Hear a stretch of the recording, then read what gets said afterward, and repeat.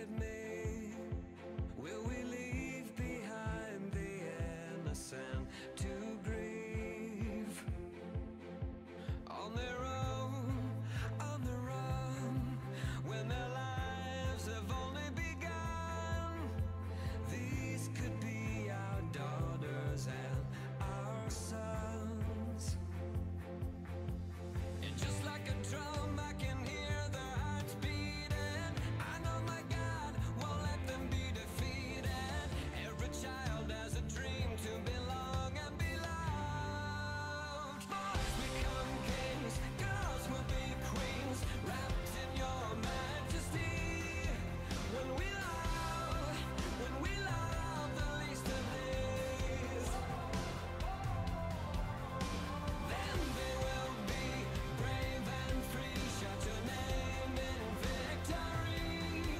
When we love the least of these, when we love the least of these.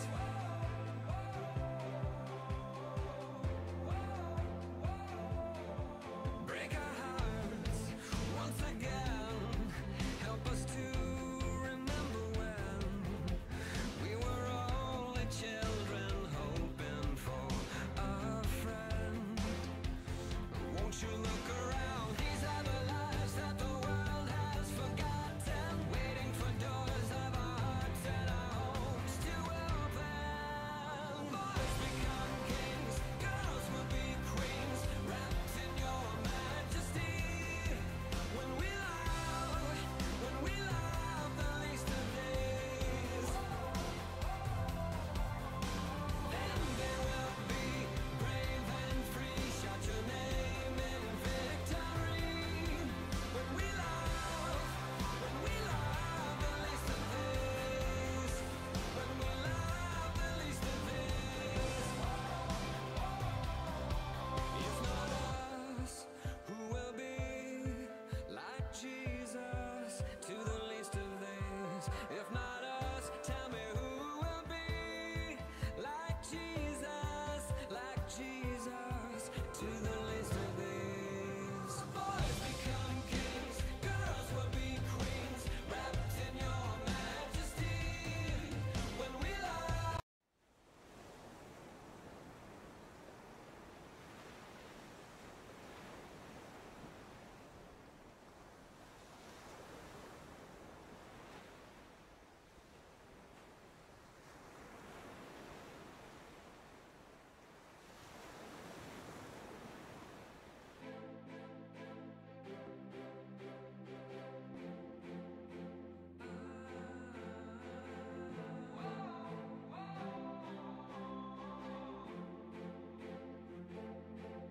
Little hands, shoeless feet, lonely eyes looking back at me. Will we leave behind the innocent to grieve? On their own, on the run, when their lives have only begun. These could be our daughters and our sons. And just like a drum, I can hear their hearts beating. I know my God won't let them be defeated. Every child has a dream to belong and be loved. Boys become kings,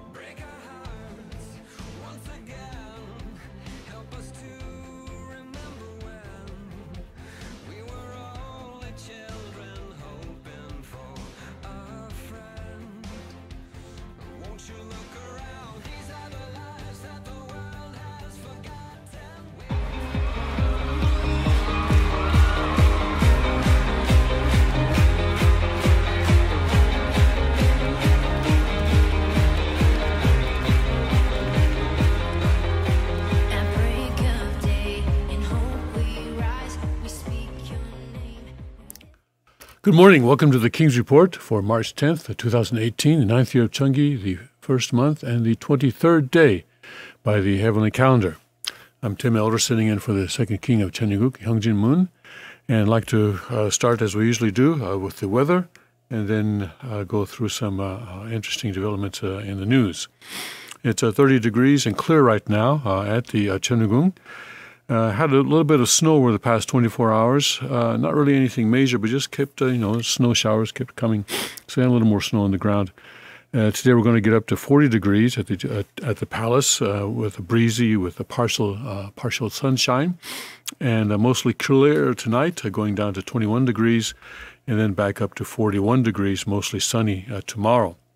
It's going to be rather a mild week, 40 degrees for Monday and Tuesday, as long as that storm that's coming across the mid-Atlantic and the southeastern United States, and then it's probably going to curve up as it comes out over the ocean, over the Atlantic Ocean. As long as that stays far enough away from us, we should have a pretty mild week. But as I said yesterday, if that's depending on what that storm does, that low pressure area does, it could cause some more turbulent weather here in the northeast Pennsylvania area. But for now, anyway, we're saying that it's going to be 40 degrees on Monday and Tuesday, cloudy most of the time on Monday, mostly cloudy and a snow shower perhaps on Tuesday.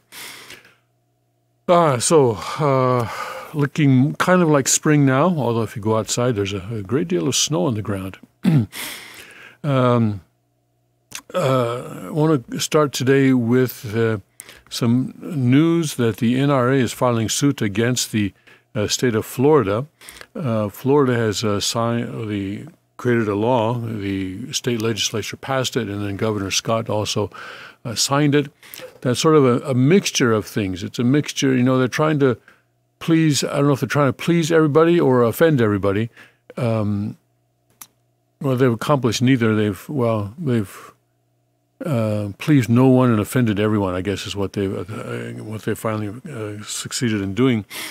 This is the Breitbart article here first. Florida Governor Rick Scott signed a massive gun control bill on March 9th, and later that same day, the NRA filed suit against Scott's gun control.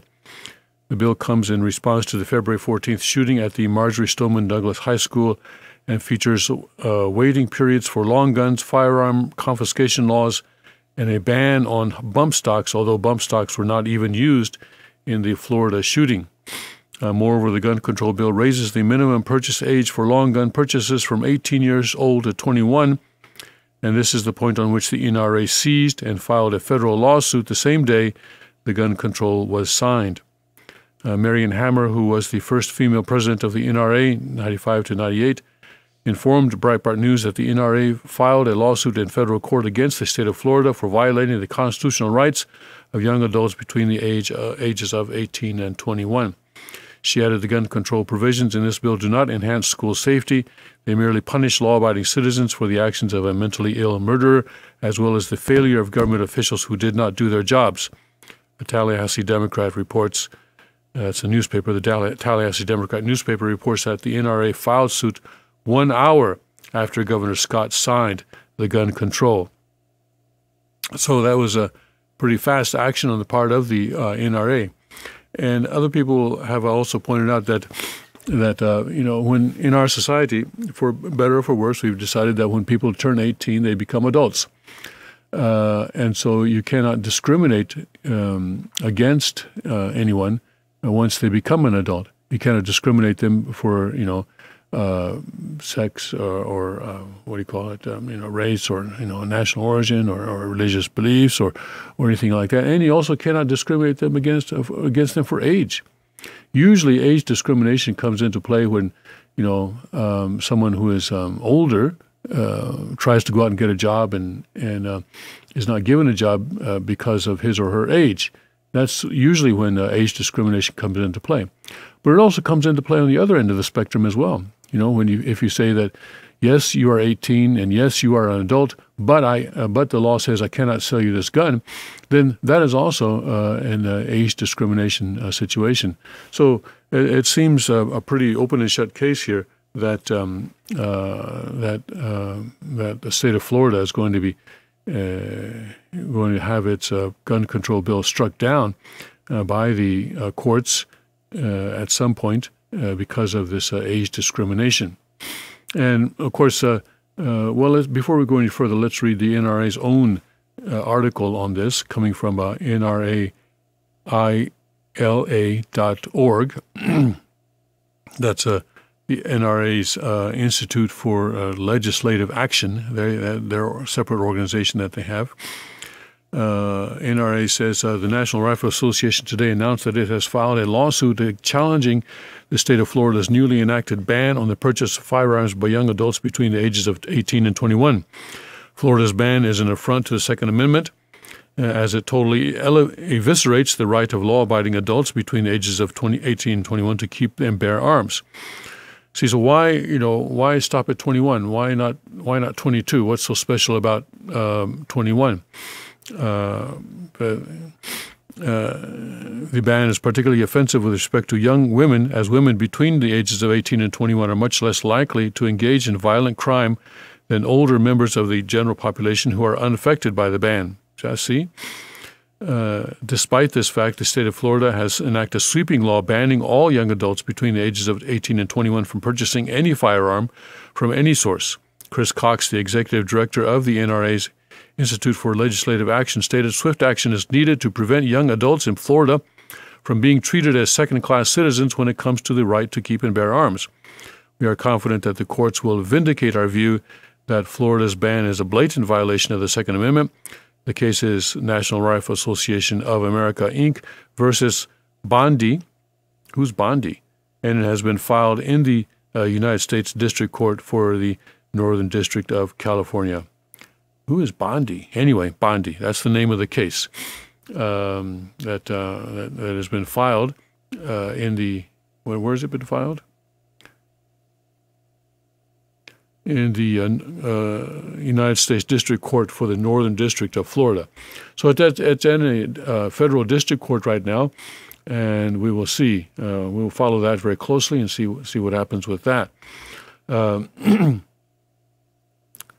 then also, by the way, Illinois is about to vote on magazine ban and confiscation bill. It says here, this is actually a few days old, March 6th, on March 6th, the Illinois State House of Representatives will be voting on House Bill 1469 to ban the vast majority of ammunition magazines in use today. Please contact your state representative and urge them to oppose Bill 1469. That was Illinois a few days ago. So if you go to nraila.org, then you can see all the legislative actions going on around the country with regard to guns. And then here, the Florida legislature's bill is very interesting because it does a number of things, and almost as an afterthought, it also creates this voluntary program for some staff to carry firearms in the school. Interestingly enough, it says that anyone who is a full-time teacher, anyone who is teaching all the time, full-time, may not carry. Not really sure what that's about.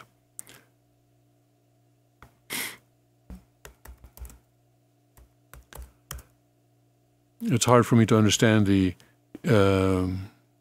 logic behind that, because it bans the people who are closest to the children, who are most likely to be there when the children are targeted. It does not allow them to carry arms. This is the Wall Street Journal's article on that same gun control bill that was signed yesterday. Florida Governor Rick Scott on Friday signed into law a bill that includes the first significant gun restrictions in the firearm-friendly state in decades, nearly a month after the deadly school shooting at Marjory Stoneman Douglas High School in Parkland, Florida. joined in Tallahassee by family members of the 17 people killed in the February 14th massacre. Mr. Scott said he weighed three factors in analyzing the legislation: whether it would improve school safety, provide more funding for mental health treatment, and keep guns away from people who shouldn't have them. The answer to all three is yes, he said. That is why I'm signing the legislation today. The measure contains a mix of provisions that pleased no constituency entirely, and liberals and conservatives criticized the different elements. Still, the families of those killed had pleaded with lawmakers and the governor to approve the bill as a way to take steps toward improving school security. You see, this is a reaction to the. This is a reaction to people saying the government has to do something. No, do something. And it's always the expectation that the government will do something. And that's the unfortunate thing here. And as we've seen many times, when the government does something, they actually make situations worse. That's been proven again and again. And I'm concerned that this will only reduce school safety. There's nothing in here, for example, about doing away with gun-free zones on schools. That's the big elephant in the room. Why aren't they addressing that?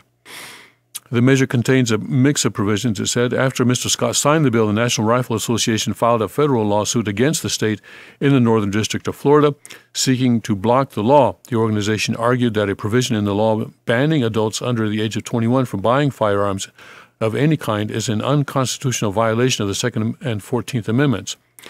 This blanket ban violates the fundamental rights of thousands of responsible law-abiding Florida citizens, namely those who have reached the age of 18 but aren't yet 21, according to the complaint. It also argued that the new legislation infringes on the rights of women between the ages of 18 and 21 who, quote, pose a relatively slight risk of perpetrating a school shooting, unquote. 12 states and Washington, D.C. impose a minimum age of 21 for all handgun sales, while 22 states and the District of Columbia do so for long guns, according to the Giffords Law Center to Prevent Gun Violence. Earlier this week, both chambers of the Florida legislature passed the measure with bipartisan backing, though support came mostly from Republicans. The bill increases the minimum age to buy a firearm to 18 from 21, with some exceptions, and imposes a 3-day waiting period before a buyer can get a gun.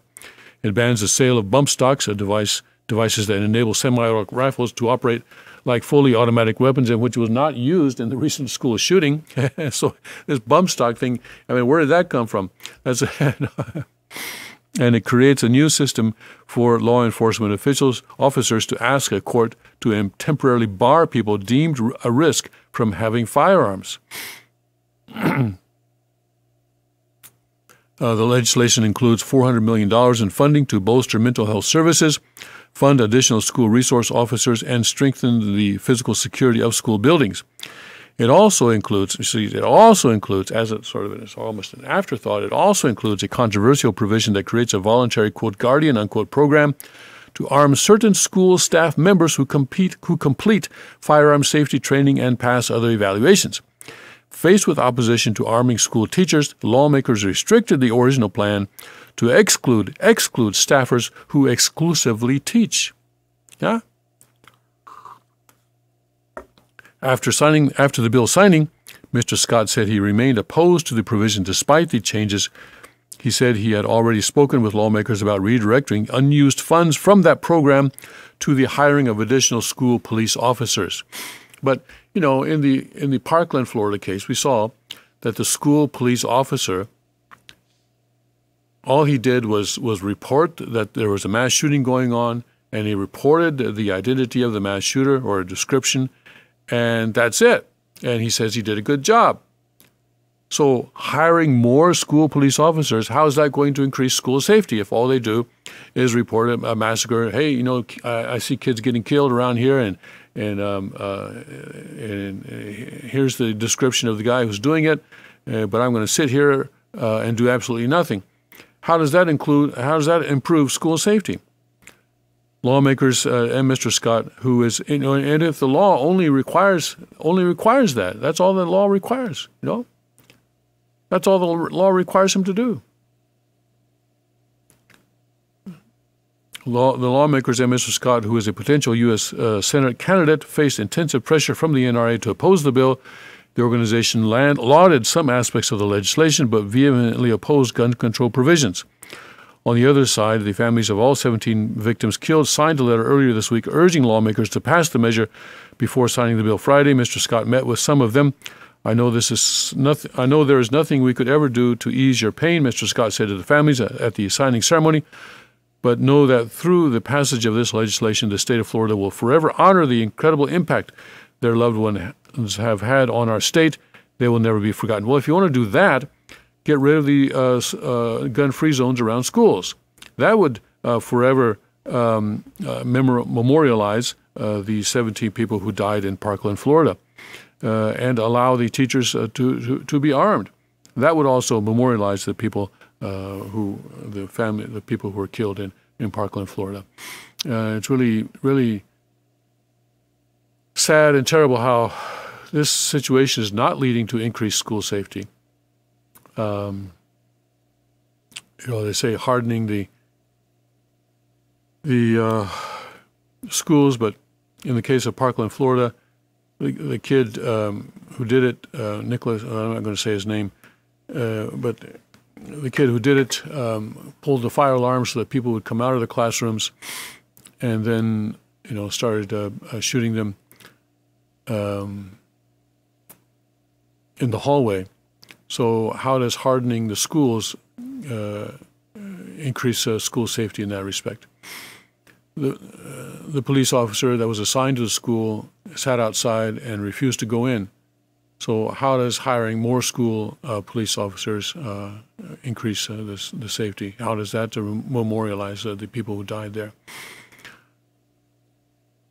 The kid happened to be 19 years old, so they say, okay, well, let's raise the age to 21.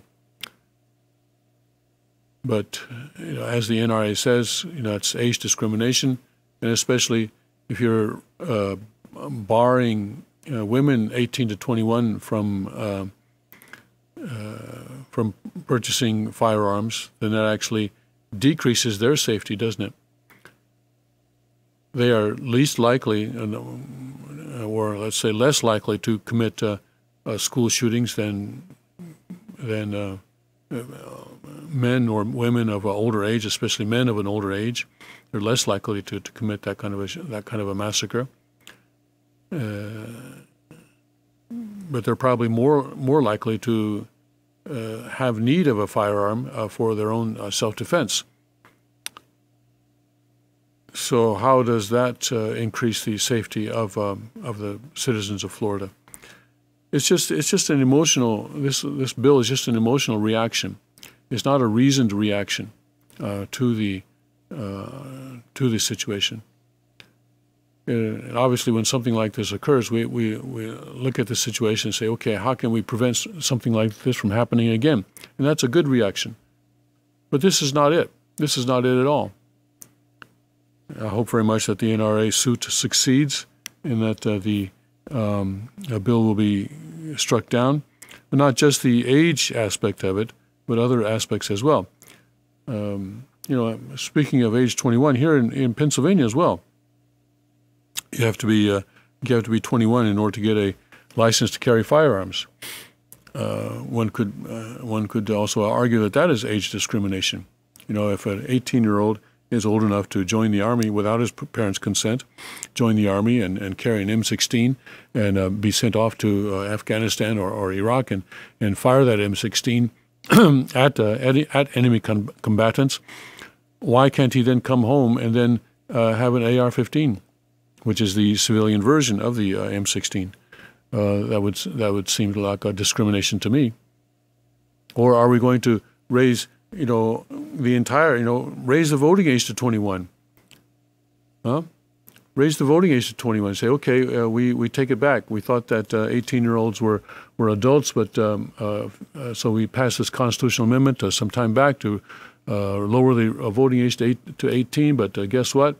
On second thought, we take it back. Let's raise the old voting age back up to 21. Then that would make sense. That would actually make more sense. Then we could go that direction. But what they're doing now is just an emotional reaction. It's very, very, very unfortunate. Very, very unfortunate. All right, let's end our first segment there, and we'll come back with more news from a Theological perspective after this.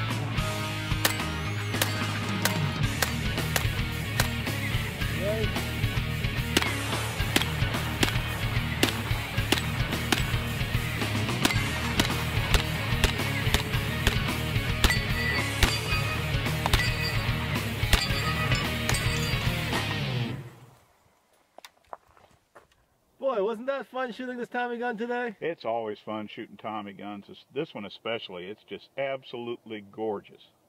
All polished and chromed up. It really looks like $1,000,000. Yeah. Elliot Ness would have loved one of those. Yeah, and it's available right now in your favorite dealer, and you go pick one up. Yeah, just have him call your distributor. I mean, the gun, was initially made way back when, back in the 27 is this one. Yeah, Model 27. I was surprised by how quick it knocked down those plates. Oh, 3.5 second run, under 3.5 second run, knocking down a plate right. 341. I mean, the gun is heavy. It's about, 12, 14 pounds, especially with this drum, but it's surprising how quick you can go with it. It would actually make quite a good self-defense rifle at home. If I climbed in somebody's window and they were aiming that at me, I think I'd get out of there real quick. So that sounds about right to me. Just the intimidation factor alone. Fire!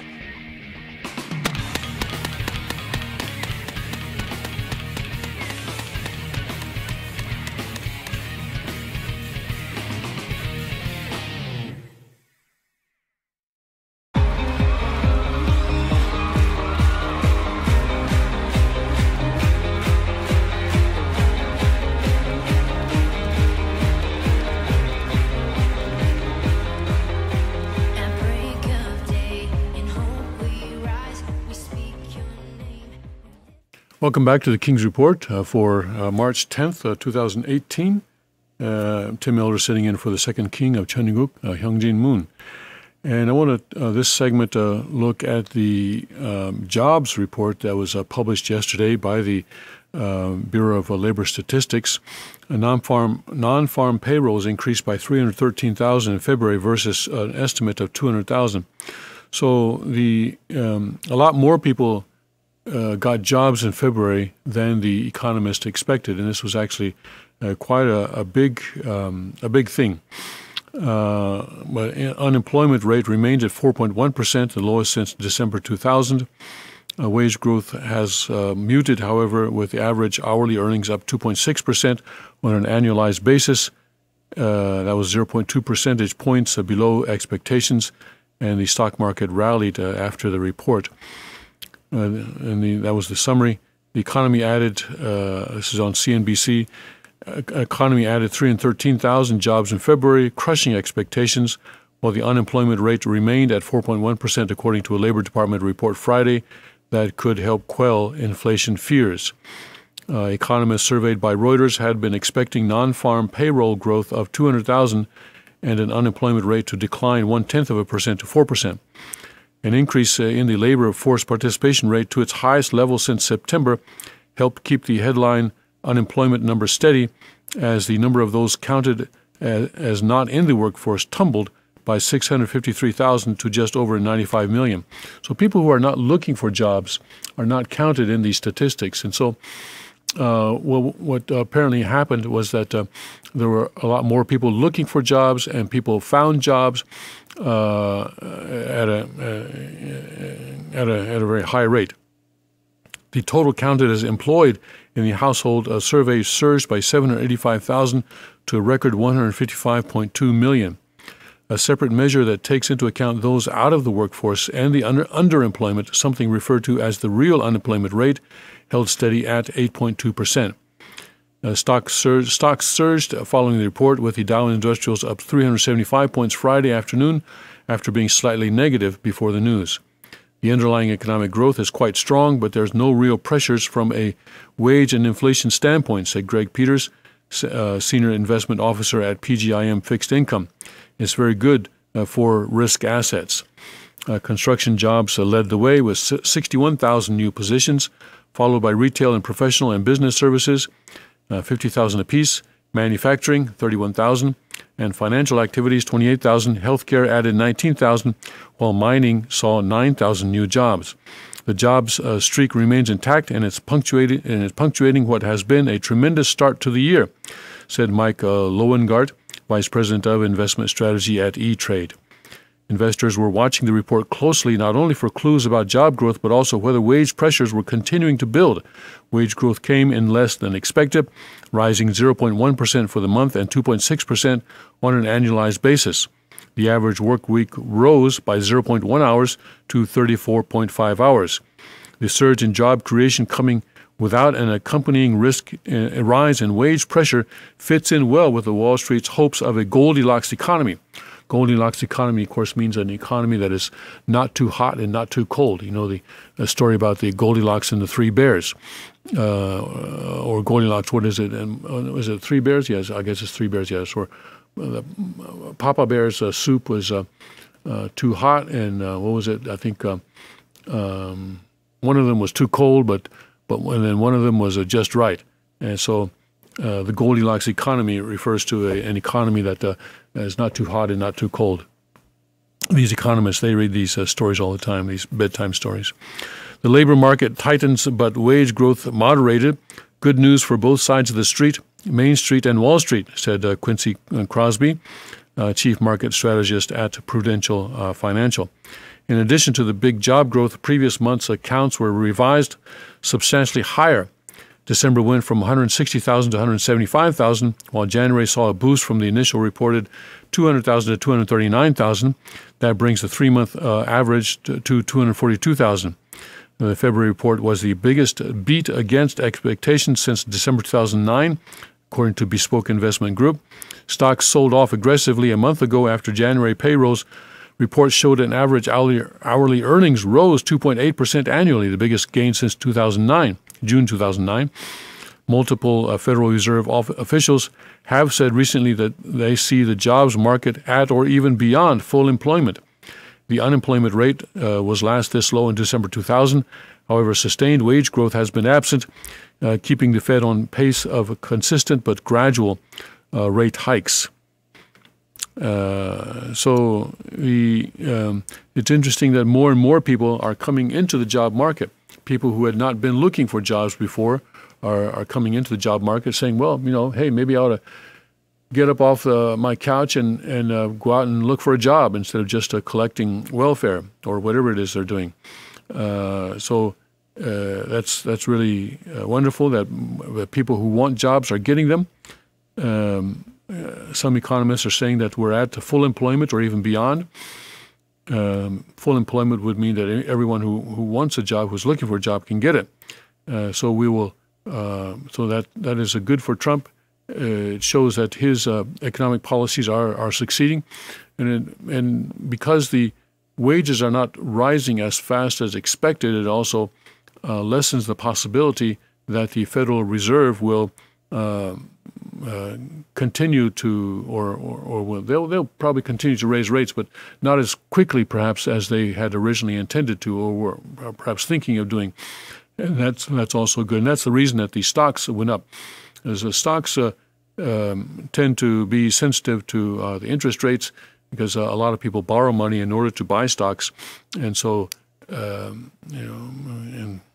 when interest rates go up, they borrow less money and they don't buy as many stocks, or they want to start selling off their stocks that they have in order to pay back their loans.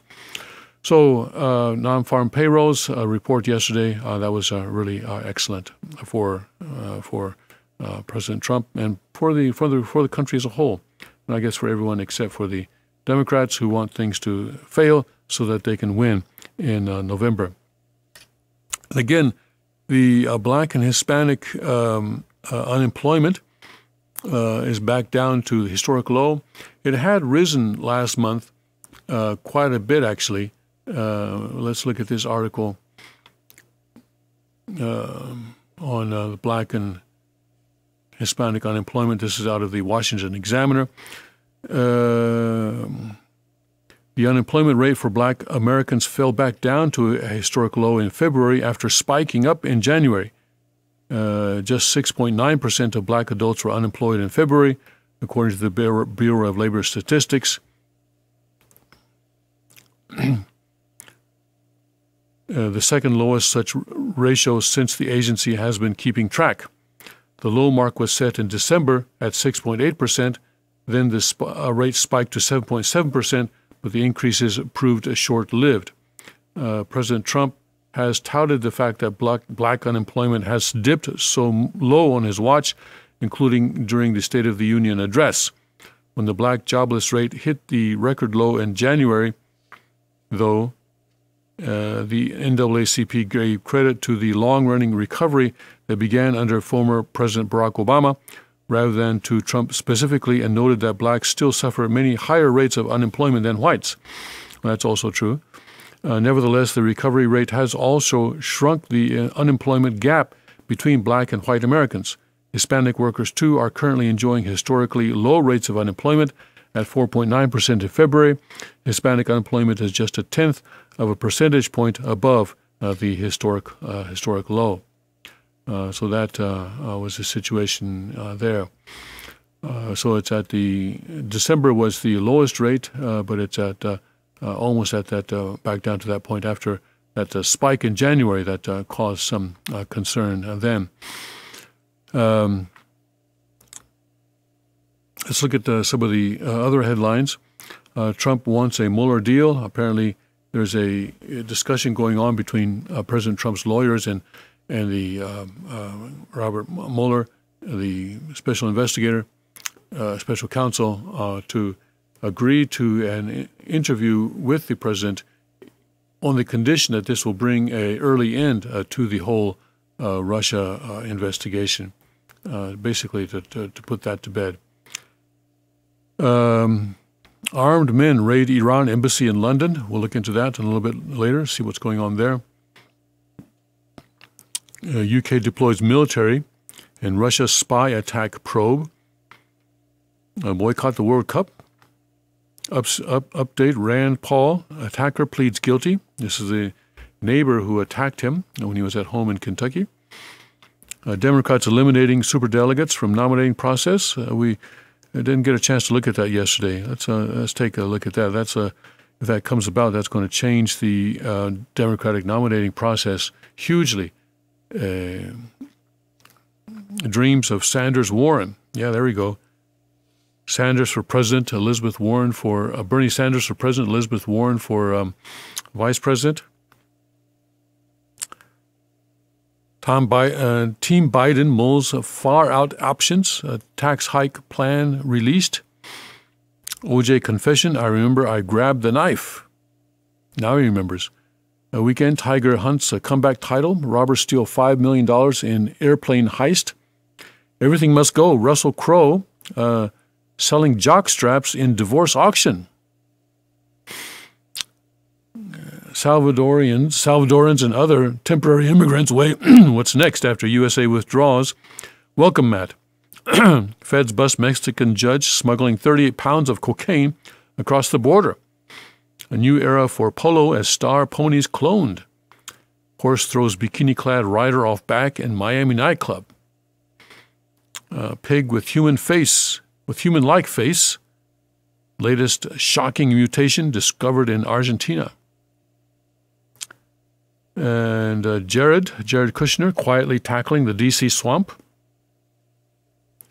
Washington Post preps a story on sex turmoil at CBS. 60 Minutes set Stormy Daniels' interview. Supreme vacancy for summer. There's Justice Kennedy is rumored, he's been rumored now for a couple of years that he's, always about to retire. And there's another possibility that he will retire in the summer. And this is important because this will, if there's a vacancy on the Supreme Court prior to the midterm elections, Republicans will be more likely to go out and vote because they want to make sure that President Obama has a majority in the Senate so that he can appoint a Supreme Court justice, a new Supreme Court justice, and get that justice approved. It'll be if the stakes will rise considerably if Kennedy or someone else on the Supreme Court resigns or dies or is no longer in office prior to the midterm elections in November. So we'll see what happens. We'll see what happens. We'll go into this article a little bit later on. Sarandon, Hollywood all about sexual currency. Idol producers defend Seacrest over harassment claim. Navy dumps plan for green destroyers. Yeah, there you go. Fight wars. Don't be worried about the pollution that the ships are producing. Got to win the wars first. RNC chairs calls on DNC to address party's ties with Farrakhan. Twitter refuses to comment on anti-Semitic tweets. Pelosi, politicians could learn from drag queens. There you go, Pelosi. Photographer records Chicago murder epidemic. Magazine madness of daylight saving time endures. Yeah, daylight savings time begins tomorrow at 2 a.m. So if you don't set your clocks and you go by the standard time, you'll be an hour late to church. So just to let you know. Type of ice not found on Earth, found in diamond. The cost for California bullet train rises to $77.3 billion. Europe's tourist hotspots look for ways to cope with the crowds. U.S. fails to keep pace with global tourism boom. Bay Area coffee shop won't serve cops for safety of customers. Bay Area, San Francisco. Thousands of pounds of human waste removed from Orange County homeless camp. Cat saves owners after house fire breaks out. Japanese jailed in by seawalls. Brain zap allows dream re-experience while awake. Malfunction at fertility clinic damages 2,000 eggs and embryos. And Trump pardons the sailor who took the photograph of a submarine. He was stationed on a submarine and took some photograph, and I guess he put it online. And kind of a bonehead thing, I mean, I don't know what was going through his mind. But anyway, Trump has pardoned him. Hope he learned his lesson. NRA sues Florida over gun control law. Blankfein prepares exit at Goldman Sachs. Donald does it again. This is the North Korea thing. Maddow seethes over. It's actually quite interesting to read Maddow's comments. She's, of course, a committed, absolute, definitely, forever, ever, ever, never, never, never Trump. And what she had to say about the North Korea thing is quite interesting. Maddow seethes over Trump leading possible peace talks with North Korea.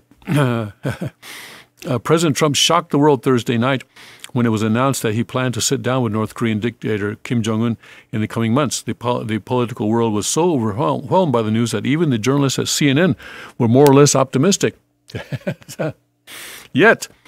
But no, there was one person still carrying the flag. Yet over at NBC, host Rachel Maddow was anything but enthused by the idea as she spewed skepticism and threw shade at the commander-in-chief for accepting North Korea's offer. Toward the beginning of her bitter rant, Maddow seemed to question the president's intelligence and or knowledge of history by taking the meeting. And here's what Maddow said. You might think another president in this circumstance. You might imagine a president asking himself or herself, why has no other American president ever agreed to do this? Why has no sitting American president ever met with a leader from North Korea?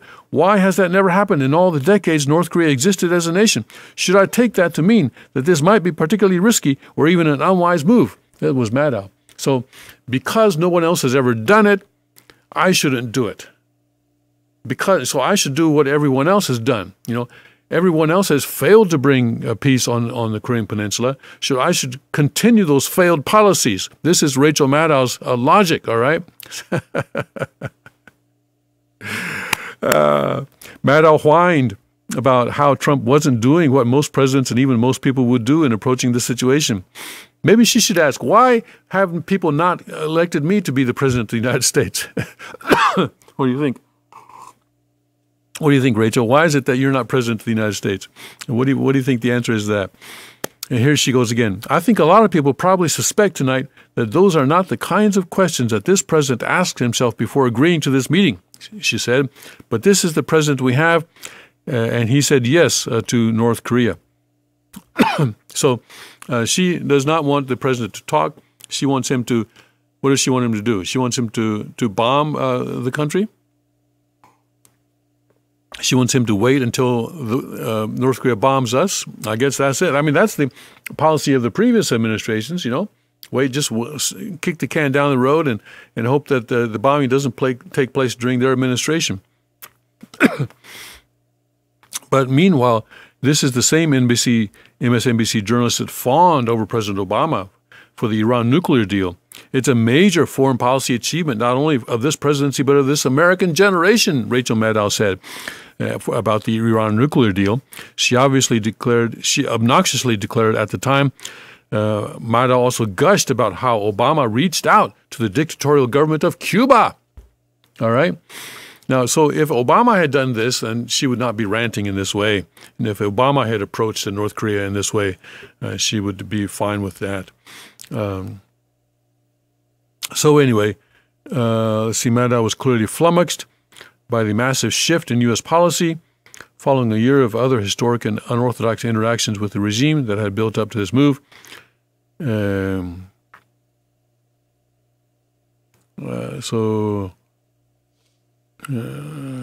anyway, that is Rachel Maddow. And I guess some people watch her because she continues to be employed. I guess advertisers still advertise on her program. Anyway, Woodward, reporters becoming emotionally unhinged. Bob Woodward, of course, being the person who made himself famous, the Washington Post reporter who made himself famous through the Watergate stories. Tech giants developing private air traffic control for drones. Saudis unveil plan for world's biggest stadium that will seat 135,000. These large stadiums are built basically especially in places like Saudi Arabia, to have political rallies. All right, so you want to gather 100,000, you want 135,000. You want to gather as many people as possible to show your power. Just like the large cathedrals of the Middle Ages and so forth were built to show the power of the Catholic Church. These large stadiums are also built to show the power of those in control. Shock EPA testing lab goes through 20,000 animals a year. The Environmental Protection Agency. I wonder how PETA feels about that. Newsweek executive, we got to turn this business around or we're dead. Now you tell us. Oh boy, Newsweek. Well, it was always pretty leftist, because originally it was owned by the Washington Post, and it was managed by the Washington Post for a long, long time. So it was pretty left to begin with. Of course, now it's really gone off into its own orbit, and it's sinking fast. Joy Behar personally called Vice President Pence to apologize for anti-Christian joke, but she refused a public sorry. How Kubrick's Space Odyssey saw into the future. Space Odyssey 2001 was a movie that came out, in 68 or 69? And maybe Stanley Kubrick, who was the producer of that, got a lot of things right in terms of his. Of course, 2001. I mean that's already 17 years ago, so that date is wrong. But some of the things that he predicted then are eventually coming true, including this whole thing. That famous scene where Dave was the astronaut, and he's outside the spaceship, and he tells Hal the computer to open the pod bay doors, Hal, and Hal responds, "I'm sorry, Dave, I can't do that."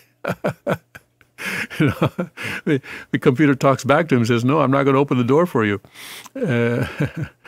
It's kind of a bad situation there. Anyway, you have to watch the movie to see what happens after that. High levels of fecal bacteria found at popular beaches. All right, you know what fecal bacteria is, right? Look it up if you don't. Turkey sentences 24 journalists to prison claiming terrorist ties. All right, let's take a break, and we'll start going through some of these stories after we come back.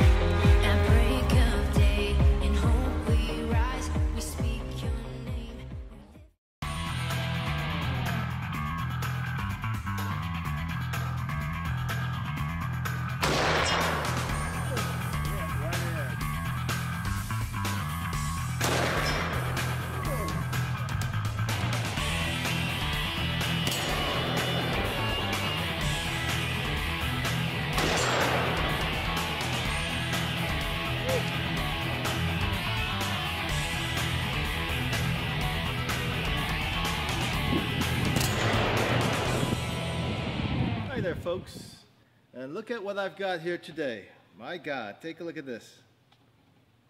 This is a BFR in 454 Casull with an octagonal barrel, magna porting, micarta grips. And look at that, it even has my initials on it, JM. Look at that thing of beauty, my God. Pop open the cartridge insertion door, and look at that cylinder spin. The finest revolvers in the world.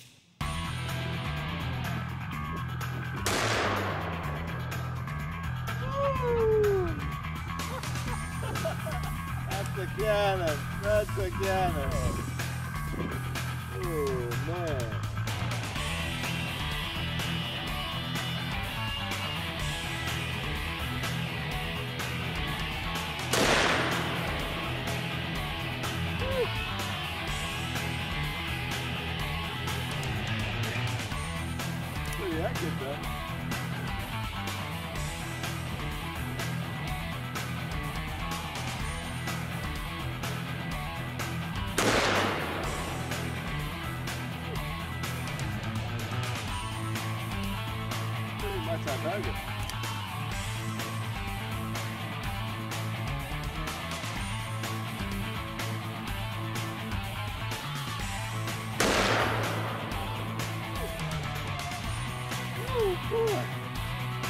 Massive repo.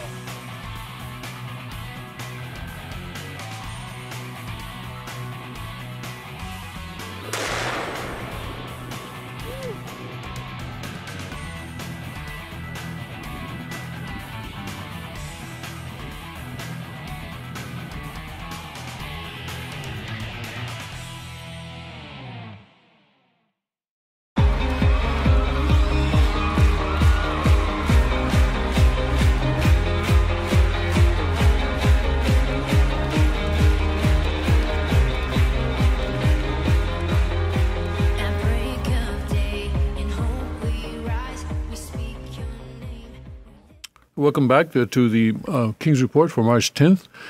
This is Saturday, March 10th, 2018. Tim Elder sitting in for the second king of Cheongguk, Hyung Jin-moon.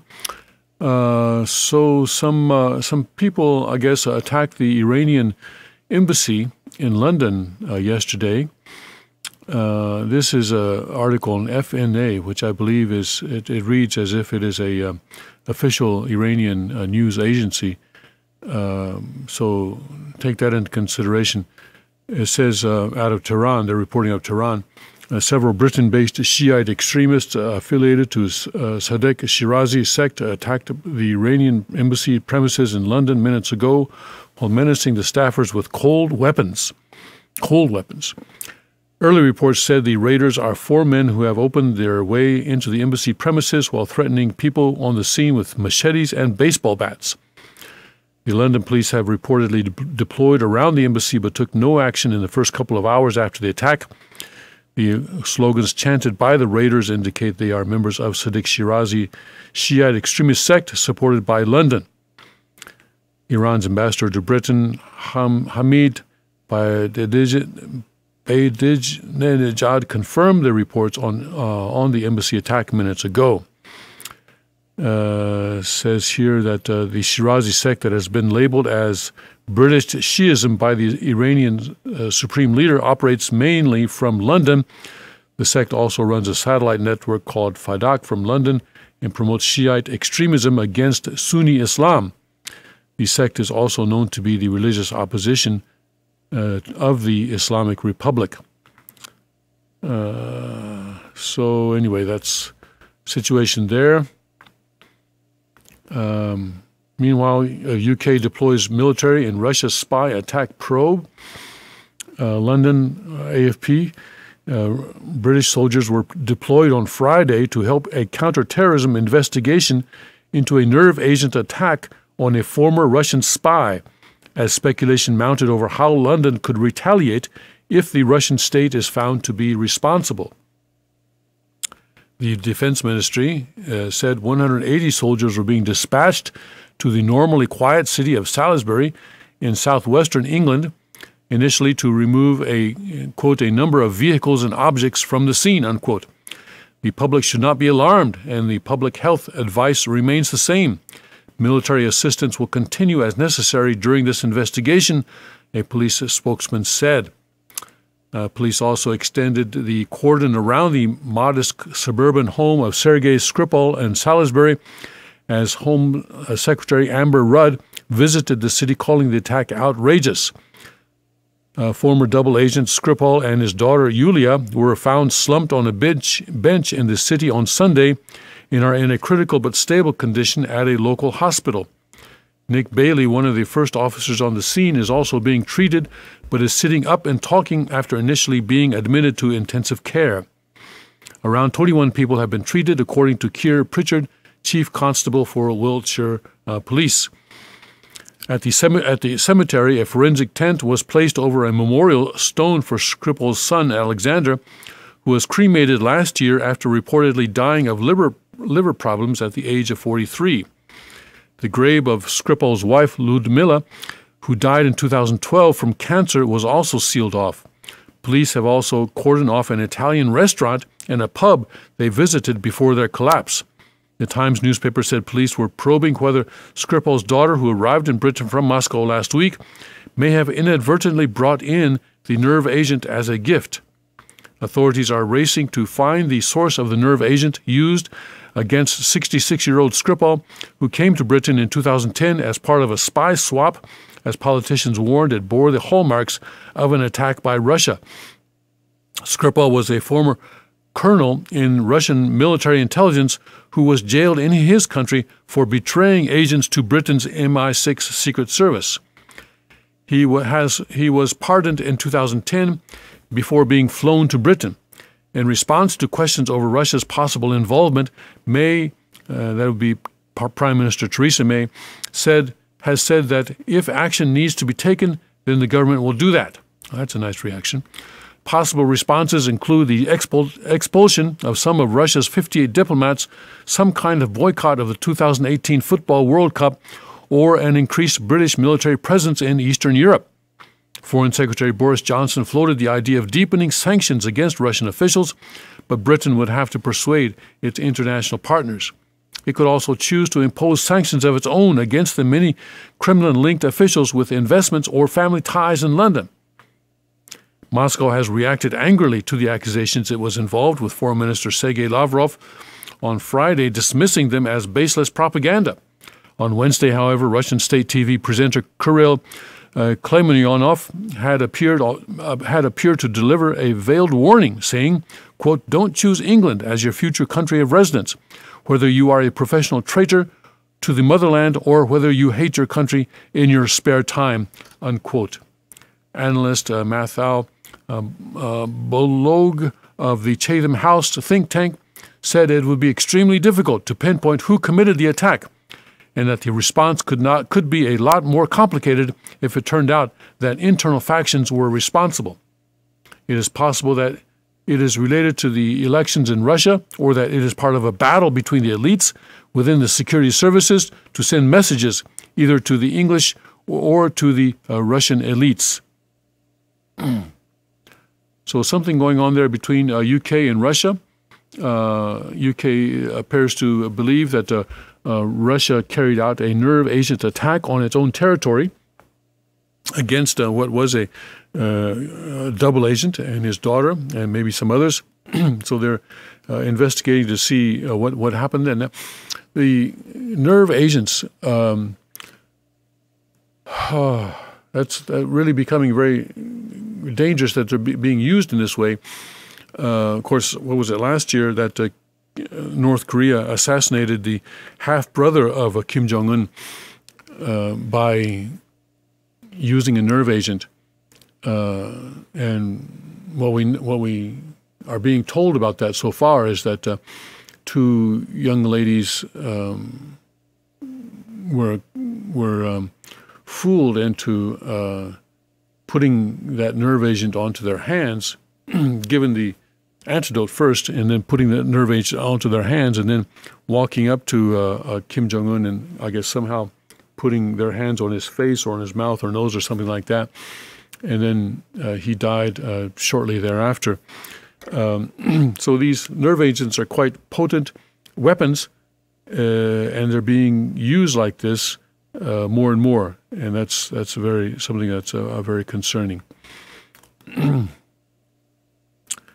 So now the British are asking, should England boycott Putin's World Cup? Ministers were under pressure to block teams' participation as evidence of Russia's role in nerve agent attack grows.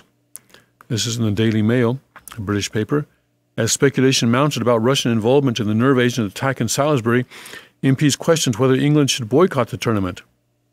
It may be only a matter of days before detectives can confirm whether there is a Russian link to the attempted assassination of Sergei Skripal and his daughter. White House sources said it may only be a matter of days before detectives are able to confirm whether there is a Russian link. And so then the urge allies to join a coordinated boycott of the World Cup as part of a wider package of reprisals against the Putin regime. He said it was extraordinary that the tournament was being held in a country that used murder as an instrument of state policy, and said a boycott should be kept on the table. So they're going to not only call for boycott by Britain, which would be quite something in itself, but call on others to boycott it as well. Former Labor Minister Chris Bryant, chairman of the all-party parliamentary Russia group, said it would be very difficult for the England football team to compete in the event if Moscow is proved to be linked to the attack. The call came on another dramatic day in which a police officer who had been left seriously ill after coming to the aid of the Skripals was named as Detective Sergeant Nick Bailey. He remained in a serious condition last night but was said to be sitting up and talking. It emerged that 21 people have needed treatment following the attack in Salisbury on Sunday. There was growing concern for Mr. Skripal and his daughter, who have been in intensive care since Sunday. The grave of Mr. Skripal's dead wife and son were also cordoned off, while forensic tents were erected around his home. Sources describe the nerve agent used against them as exotic, suggesting it was not an established chemical weapon such as sarin or VX. A leading Russian state TV presenter issued a veiled threat. Okay, it emerged one of the World Cup's major corporate sponsors was considering reducing its presence. McDonald's UK is apparently yet to exercise an option to take child mascots to Russia this summer. Public ministers are refusing to speculate on Moscow's involvement in what Home Secretary Amber Rudd described yesterday as an outrageous crime. But privately, they have already started drawing up a package of sanctions aimed at Putin's regime if, as expected, the nerve agent attack on a former Russian spy and his daughter turns out to have emanated from Moscow. Theresa May last night said the UK would do what is appropriate if it is proved to be the case that this is state-sponsored. Defense Secretary Gavin Williamson went further, suggesting Britain had to show it could not be pushed around by Moscow. Russia's being assertive, Russia's being more aggressive, and we have to change the way that we deal with it, he said. Boris Johnson warned on Tuesday that British officials could boycott the World Cup if Russia is proved to be involved. Royal sources have also confirmed that Prince William will not attend the event, despite being president of the Football Association. But ministers are now under pressure to go further by pressuring the Football Association to withdraw England from the event in June. The government cannot order the team to pull out, but ministers could place a huge pressure on the Football Association to withdraw from an event that will be used for propaganda purposes by an enemy of the UK. Tory grandee Sir Edward Ley last night described the attack as a brazen act of war. Mr. Tagendat said ministers should urge allies to join a coordinated boycott of the World Cup. So that is World Cup happening in Moscow or in Russia in June, and so there may be a boycott coming on that. Let's go to the article on the attack against. Let's see here. I'm looking at this television site, but they want me to disable my ad block before they let me read the whole article. Okay, there we go. Because I've been wondering what this is about. The neighbor of Kentucky Senator Rand Paul pleaded guilty to attacking Paul. Renee Boucher, I guess you pronounce that, pleaded guilty to assaulting the senator resulting in personal injury, a felony under federal law. Boucher tackled Paul in November while he was mowing his lawn, causing multiple fractured ribs, and he subsequently contracted and required medical attention for pneumonia. Boucher admitted the assault but denied it was politically motivated and said it was a dispute between neighbors. Boucher's final sentencing is tentatively scheduled for June 15th. The recommended sentence is 21 months and a fine. Boucher has been released on a $25,000 unsecured bond and is to have no contact with Paul or his family. Well, yeah, next time, don't do contact sports. Do it with, the flag, or tag football instead of contact football. Don't tackle the guy. Okay. So we still don't really know what it's all about. They say it's a dispute between neighbors, but kind of curious about what that dispute was. Was it a dispute over political opinion? Let's see, it's a 6:03 now, so let's stop here and we'll take a break and we'll come back with our Rhema for this morning.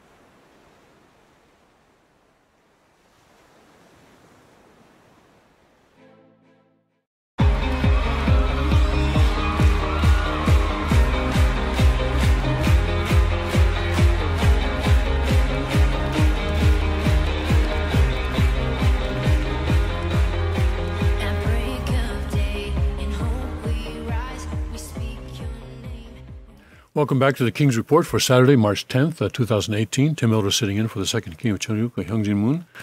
And for my Rhema this morning, I was led to John chapter 6. And this is a chapter that has often intrigued me.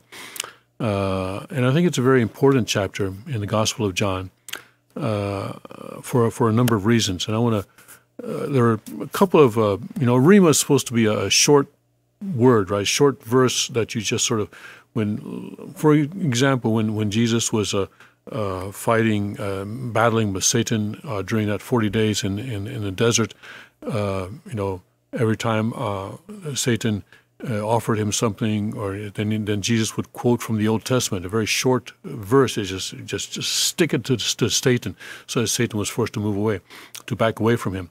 So Rhemas are basically short verses, and today I'm going to be talking about a whole chapter in the Bible, but there are one or two really particularly important verses in this chapter that I want to present to you as my Rhema today.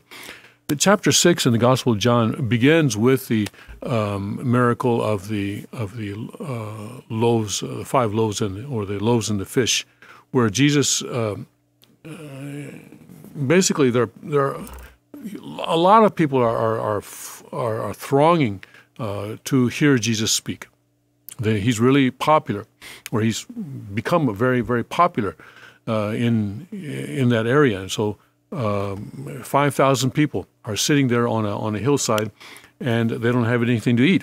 And so the disciples, a couple of disciples come to him and says, "Well, what shall we do? We don't have money to feed all these people." And then one of the disciples says, "Well, there is one kid there with 5 barley loaves and 2 small fish." But that's not going to be enough for we estimate about 5,000 people here. And Jesus says, "Don't worry, I pass it around." And sure enough, when it passes around, everybody eats, and everybody's filled, and everybody said, "Wow, Jesus was able to feed 5,000 people with 5 loaves of bread and 2 fish." So then, you can imagine how people reacted to that. Wow, this is free stuff. Jesus is going to give us all this free stuff. We just have to follow him around, and he'll feed us and everything. So then Jesus moves away. He goes across the sea, I guess the Sea of Galilee, and but then people follow him there as well. So then in in verse 26. These people are just, thousands of people are following him. And Jesus said, "Verily, verily, I say unto you, you seek me not. You seek me not because you saw the miracles, but because you did eat of the loaves and were filled." So yeah, you see, you guys are just following me because I fed you. That's the only reason you're following me. And then in 28, they say, "What shall we do that we might work the works of God?" And in 29, Jesus makes a very important statement here, and I believe this is also in the Divine Principle. Jesus answered and said unto him, "This is the work of God, that ye believe on him whom he hath sent." That you believe on him whom he hath sent. So this is a crucial verse here, because we are to believe in Jesus not because he performs miracles, not because he is able to feed thousands of us with just 5 loaves of bread and 2 fish, or because he does other good things for us, but because he is the one who is sent by God. And that's the only reason that we need to believe in Jesus, the fact that he was sent by God. Now, as the chapter continues, Jesus then begins to test people. God always works through remnants. God always works through a small group of people. We see this in the Old Testament, and here we see in John chapter 6, where thousands of people are flocking to Jesus. He starts to do things and say things that make people turn away from him. He starts talking about in 32, "Then Jesus said unto them, Verily, verily, I say unto you, Moses gave you not the bread from heaven, but my Father giveth you the true bread from heaven. For the bread of God is he which cometh down from heaven and giveth life unto the world. And so they said to him, Lord, evermore give us this bread. And Jesus said unto them, I am the bread of life. He that cometh to me shall never hunger, and he that believeth on me shall never thirst. But I said unto you that ye also have seen me, and believe me not. So Jesus said, okay, well, if all of you 5,000, that's great. You're all welcome. But all right, you're going to have to start eating my flesh. Are you ready for that? You're going to have to start drinking my blood. He gets into that. He's building up with it now here. He's building up to this here. All right, and so then the Jews then murmured at him because they said, I am the bread which came down from heaven. That's verse 41. And they said, Is not this Jesus, the son of Joseph, whose father and mother we know? How is it then that he saith, I came down from heaven? Jesus therefore answered and said unto them, Murmur not among yourselves. So already, see there, he's saying things that our people are finding hard to accept. And he's beginning to call, he's beginning to send people away, people who can't accept that. No man can come to me except the Father which hath sent me draw him, and I will raise him up at the last day. So he's saying that, in order for you to really believe in me, in order for you to really stick with me to the end, you have to have something, you have to have been brought to me by God. That was in 44. It is written in the prophets, and they shall be all taught of God. Every man, therefore, that hath heard and hath learned of the Father cometh unto me. Not that any man hath seen the Father, save he which is of God, he hath seen the Father. Verily, verily, I say unto you, he that believeth on me hath everlasting life. I am that bread of life. Your fathers did eat manna in the wilderness and are dead. This is the bread which cometh down from heaven, that a man may eat thereof and not die.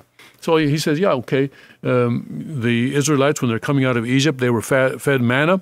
But guess what? All those people who lived hundreds of years ago, they're dead. They're dead now. All right? Dead meaning they, not that they're physically dead, but he's talking about spiritual death here, right? But he said, but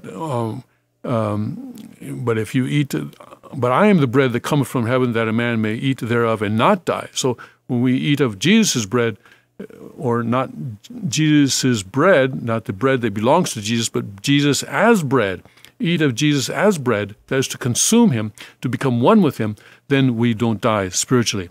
I am the living bread which come down from heaven. If any man eat of this bread, he shall live forever. And the bread that I will give is my flesh, which I will give for the life of the world. So now he's talking about people eating his flesh, all right? He's really, how many of these 5,000 people are going to be okay with that? The Jews therefore strove among themselves, saying, How can this man give us his flesh to eat? See, the cannibalism was practiced among the pagan religions that surrounded Israel, that surrounded the Jewish people, but they themselves, they were very careful not to do that practice. But here, Jesus seemingly, externally, seemingly saying, okay, cannibalism is going to be a part of our religion now. So they say, what? Where is that coming from? That's in 52. Then Jesus said unto them, Verily, verily, I say unto you, except ye eat of the flesh of the Son of Man and drink his blood. Now he's not only eating the flesh, but now he's even drinking blood here in 53. You have no life in you. Now, so here, we're talking about, he's talking about the holy wine ceremony, all right? Who eateth my flesh and drinketh my blood hath eternal life, and I will raise him up at the last day. For my flesh is meat indeed, and my blood is drink indeed. You can imagine the people around him, the Israelites around him now are just freaking out. All right, this guy wants us to eat his flesh. He's going to take his. What is he going to do? Is he going to take a knife and give us his flesh? Is he going to give us a cup with his blood in it? They're freaking out. All right. And he that eateth my flesh and drinketh my blood dwelleth in me, and I in him. That's the key. See, that's the key. That's the key. It's not the idea of physically eating flesh and drinking blood so much as it is of becoming one with Jesus in heart and in spirit. As the living Father has sent me, I live by the Father. So he that eateth me, even he shall live by me. He that eateth me. Come on. People are saying, what? he that eateth, you what? He that eateth me? This is the bread which came down from heaven, not as your fathers did eat manna and are dead. He that eateth of this bread shall live forever. These things said he in the synagogue as he taught in Capernaum. You can imagine, he said all this in a synagogue. Wow. I was present at a speech that Father gave, in Washington. It was one of the anniversaries of the Washington Times. Forgotten which anniversary it was, and Father was speaking in a huge ballroom in a hotel there. All right, a huge ballroom, and Father cleared the entire room. By the time he finished speaking, there was no one in the room except for staff. I mean, really. And this is what Jesus is doing here. He's clearing the room. At that time, Jesus, Father was talking about Mary. He was talking about Jesus. He was talking about Mary. And he offended just about everybody there. And there was no one in the room except for staff by the time he finished speaking. And this is what Jesus is doing here. He's clearing the room. All these thousands of people are thronging and flocking to him. And he's saying, listen, it's you got to understand what I really came for. I came as the bread of life. I came as the bread so that you need to believe in me. You need to believe in me. So first he says, you need to believe in me. And then he starts saying things that make it almost impossible for people to believe in him. But that's the test. That's the test, you see. Are you going to believe in him? Are you going to say, okay, he's saying strange things, and I don't understand what he's saying, but he is the one who was sent by God. So whatever he says, whatever he does, he's the person sent by God. And so I will not separate from him. I will continue to follow him, and I will continue to be one with him. That is the test that we are often given. And that is the test that we are often given with a Father as well. Anyway, it continues. Many, therefore, of his disciples, when they heard of this, said, this is a hard saying. Yeah, you bet it's hard saying. This is a hard saying. This is tough. This is tough. Who can hear it? No. This is what they're saying here in 60. When Jesus knew in himself that his disciples murmured at it, he said unto them, Doth this offend you? Are you offended by this? What, and if ye shall see the Son of Man ascend up where he was before? It is the Spirit that quickeneth, the flesh profiteth nothing. The words that I speak unto you, they are spirit, and they are life. And then in 66 comes the big one. This is the most important verse for me in this chapter. John chapter 6, verse 66, 666. And it says, from that time, many of his disciples went back and walked no more with him. So this was a kind of a turning point in Jesus' ministry right here, John chapter 6, verse 66, where up until this time, thousands of people had followed him. Thousands of people wanted to come and hear him speak.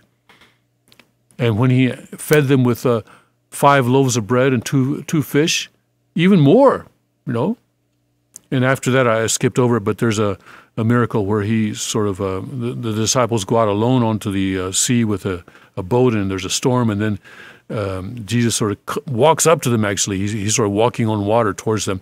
He walks up to them and says, hey, what are you guys doing out here? And he calms the ocean. Anyway, that kind of thing too. So Jesus is, in this chapter, is setting a test for people. He says, you have to believe in the one that God sent. That is the work of God. That was up in verse, where was that? Anyway, it's up there in the early part of the chapter. And then in the 30s, I believe, wasn't it?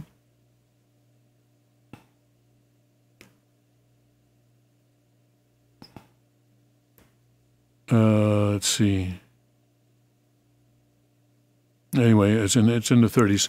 Then in verse 66, it just says that a lot of people stopped following him after this point because they could not accept this his statements about eating his flesh and drinking his blood. And that was their test, and they couldn't follow him any further after that. And anyone who passed that test, anyone who continued to follow him after that, then would be resurrected, or would be that much more in unity with Jesus. Of course, at the end of Jesus' life, he was quite alone. When he was crucified, where even Peter, who swore allegiance, said, "I will never, never, ever, never leave you," denied Jesus 3 times.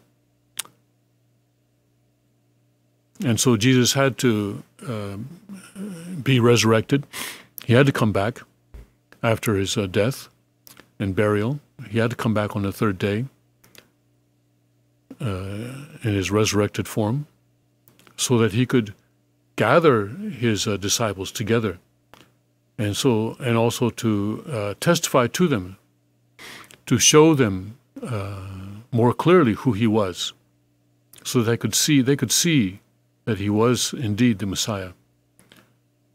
It was only because he came back in this way that he was able to have a foundation on the earth, and only because of that he was able to start the Christian church, centering on Peter and the other disciples, and then later on centering on Paul. But this is an important lesson for us, to remind ourselves that God always works with the remnant. Don't you always want to be a part of that remnant?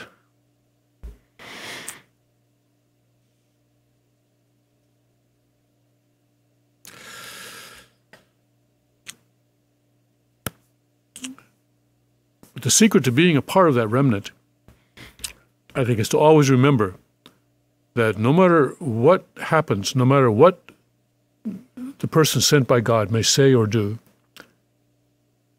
it doesn't change the fact that he is the person sent by God.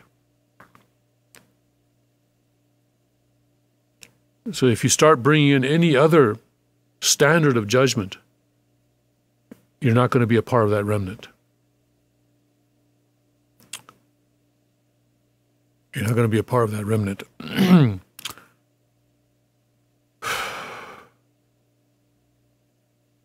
Because God keeps calling, because he needs people who are truly committed. So he will continue to give tests that will drive people away,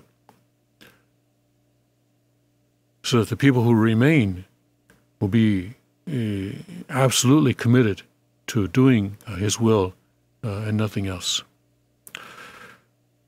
All right, today I want to go to my Cheonseongyong Rhema. I want to go to book. This is the final book in the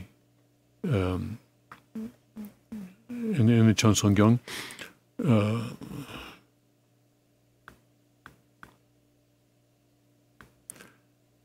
This is book. What is this? Book 16. Anyway, it's the final book. It's the one on the true families and the family pledge. And I'm doing the part on the 3-generation kingships, which is mistranslated as the 3 great kingships.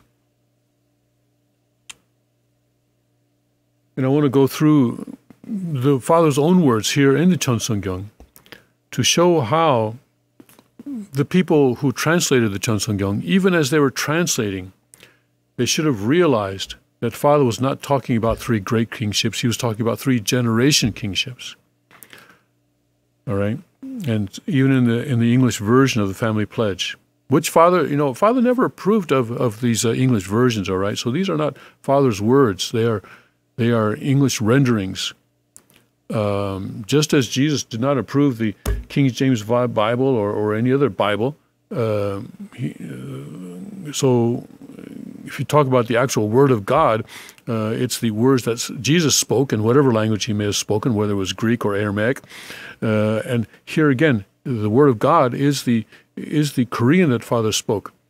And it's not the English in the English Cheonseongyung. Some people criticize me for pointing out the mistakes in the English translation. Well, tough. That's tough. You have to know what is true and what is not. It's transparency, all right? Transparency. Noonday sun. Noonday sun. So let's go through this. I'm on page 2,449 on this electronic copy of the Cheonseongyung. And 3.2, the heading is translated as the three great kingships. But again, this is not three great kingships. It's three generation kingships, all right? And then, Father, I'm going to go through a few of these quotes. Originally, if Adam, here, Father speaking in 1990, originally, if Adam achieves perfection, the father of the heavenly kingdom also achieves perfection. And if Eve achieves perfection, the mother of the heavenly kingdom is likewise perfected. If they become the owners of the family, the kingship of the heavenly kingdom on the family level will emerge. Therefore, Adam and Eve are to become the king and queen of the individual level, of the family level, tribal level, national level, and world level. One thing, by the way, that I didn't point out in John 6 is that at one point, Jesus runs away from the crowd because he sees that they are trying to make him king. And that's also in John 6. But Jesus realized that their concept of king was not God's concept of king. They were going to try and make him a satanic king, or a king after the satanic model. They were going to prop him up like that, as the pinnacle of a vertical power structure. And Jesus certainly did not want that at all. And so that is why he ran away from that. He actually ran away from that when people were after him, trying to make him king. You can look at John chapter 6, and you can find that on your own. God grows as the king of the spiritual kingdom. Adam grows as the king of the earth, and Adam's son grows as the king of both the spiritual kingdom and of earth. All right, so Hyung now is Adam's son. Father is the third Adam. Hyung is the son of the third Adam. And so he is Adam's son that Father is discussing here. And he said, Adam's son grows as the king of both the spiritual kingdom and of earth. If you ask someone, what kind of family do you want to have? Some will answer, I want my grandfather to be a king, I want my father to be a king, and for myself to be a king. So that, you see, there, right there is the three-generation kingships. 3 generations of kings. That is the highest desire a human can have. If you live your lives ignorant of the fact that you are sons and daughters of the 3 great kingships, why they say 3 great kingships, huh? The translators. Let's read that sentence again with the correct translation. You are living your lives ignorant of the fact that you are sons and daughters of the 3 generation kingships. 3 generation kingships. To become a prince or princess of the 3 generation kingships, you should be capable of attending your grandparents like the king and queen of the spiritual kingdom, and of attending your children as like princes and princesses. The start of Adam's family centering on the ideal of God was to be the start of just such a family. Adam's nation, Adam's world, and Adam's cosmos are all included within such a family. So it was this 3 generations of kings that Father originally envisioned. Of course, today, the Han Mother's failure is being corrected through the 3 generations of kings, of a true father, of second king Hyung Moon, and then in the future 3rd king Shin Moon. So that's the 3 generations of kingships, 3 generation kingships, which is the mistaken translation in the English Cheonseongyung, which has caused, I think, a tremendous harm now, because many people will say, well, where did Father ever talk about three generation kingships? It's right there. It's right there in the Cheonseongyung, or at least it's right here in the Korean Cheonseongyung.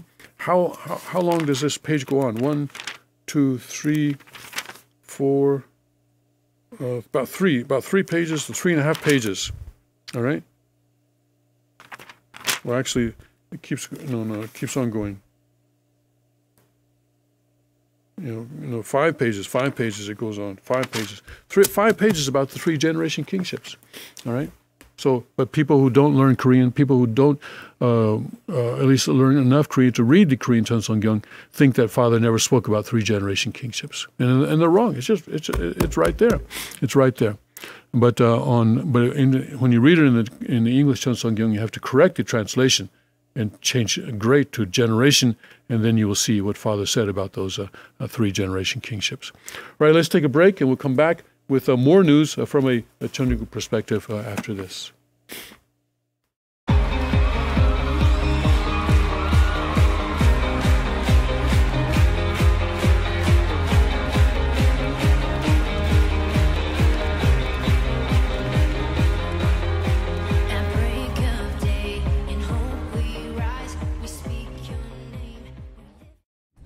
Firearms, Magnum Research, and Auto Ordnance. The Car Firearms Group. With a diverse product line that blends American craftsmanship with cutting-edge technology. It's no secret why gun enthusiasts choose Car Firearms Group. From the Desert Eagle and Baby Desert Eagle made famous by Hollywood. The history of the 1911 and the Tommy gun. To the best in compact concealed carry. Car Firearms Group is not only the first name in personal defense, it's a name that has earned the respect of gun enthusiasts around the world. Concealment, innovative technology, value, accuracy, and history. Car Firearms Group. Made in the USA. Visit car.com today.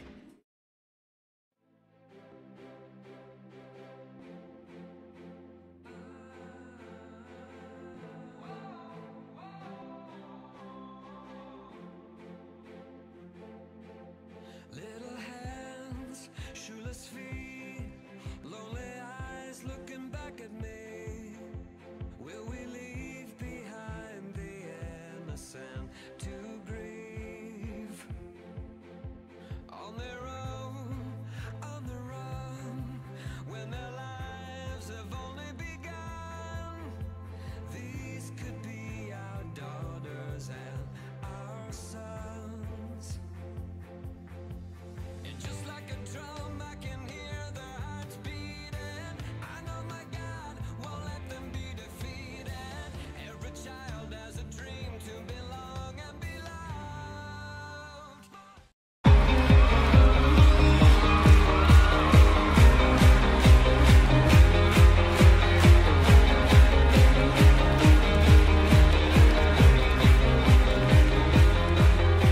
At break of day, in hope we rise, we speak your name. Welcome back to the King's Report for Saturday, March 10th, 2018. Tim Elder sitting in for the second King of Cheonseok, Hyung Jin Moon. I want to go back this segment to the proposed summit meeting between President Donald Trump and North Korean dictator slash mass murderer slash all-around evil guy, Kim Jong-un. As I was coming here this morning, I was thinking, gee, I wonder how the Democrats are reacting to this. Because, the platform of the Democratic Party right now consists basically of one line: get rid of Trump. Impeach, make him resign, kill him, do whatever. Just get rid of Trump. That's all they've been about. And now he's approaching North Korea and may actually do something about resolving the North Korea crisis. Wow. That's a tough one for the Democrats. That's going to be a tough one, perhaps depending on what happens at this meeting that we assume right now is going to happen in May, although it has not been decided, time and place not yet decided. But it's probably going to be in May because Kim Jong-un is already talking about meeting the South Korean president in April.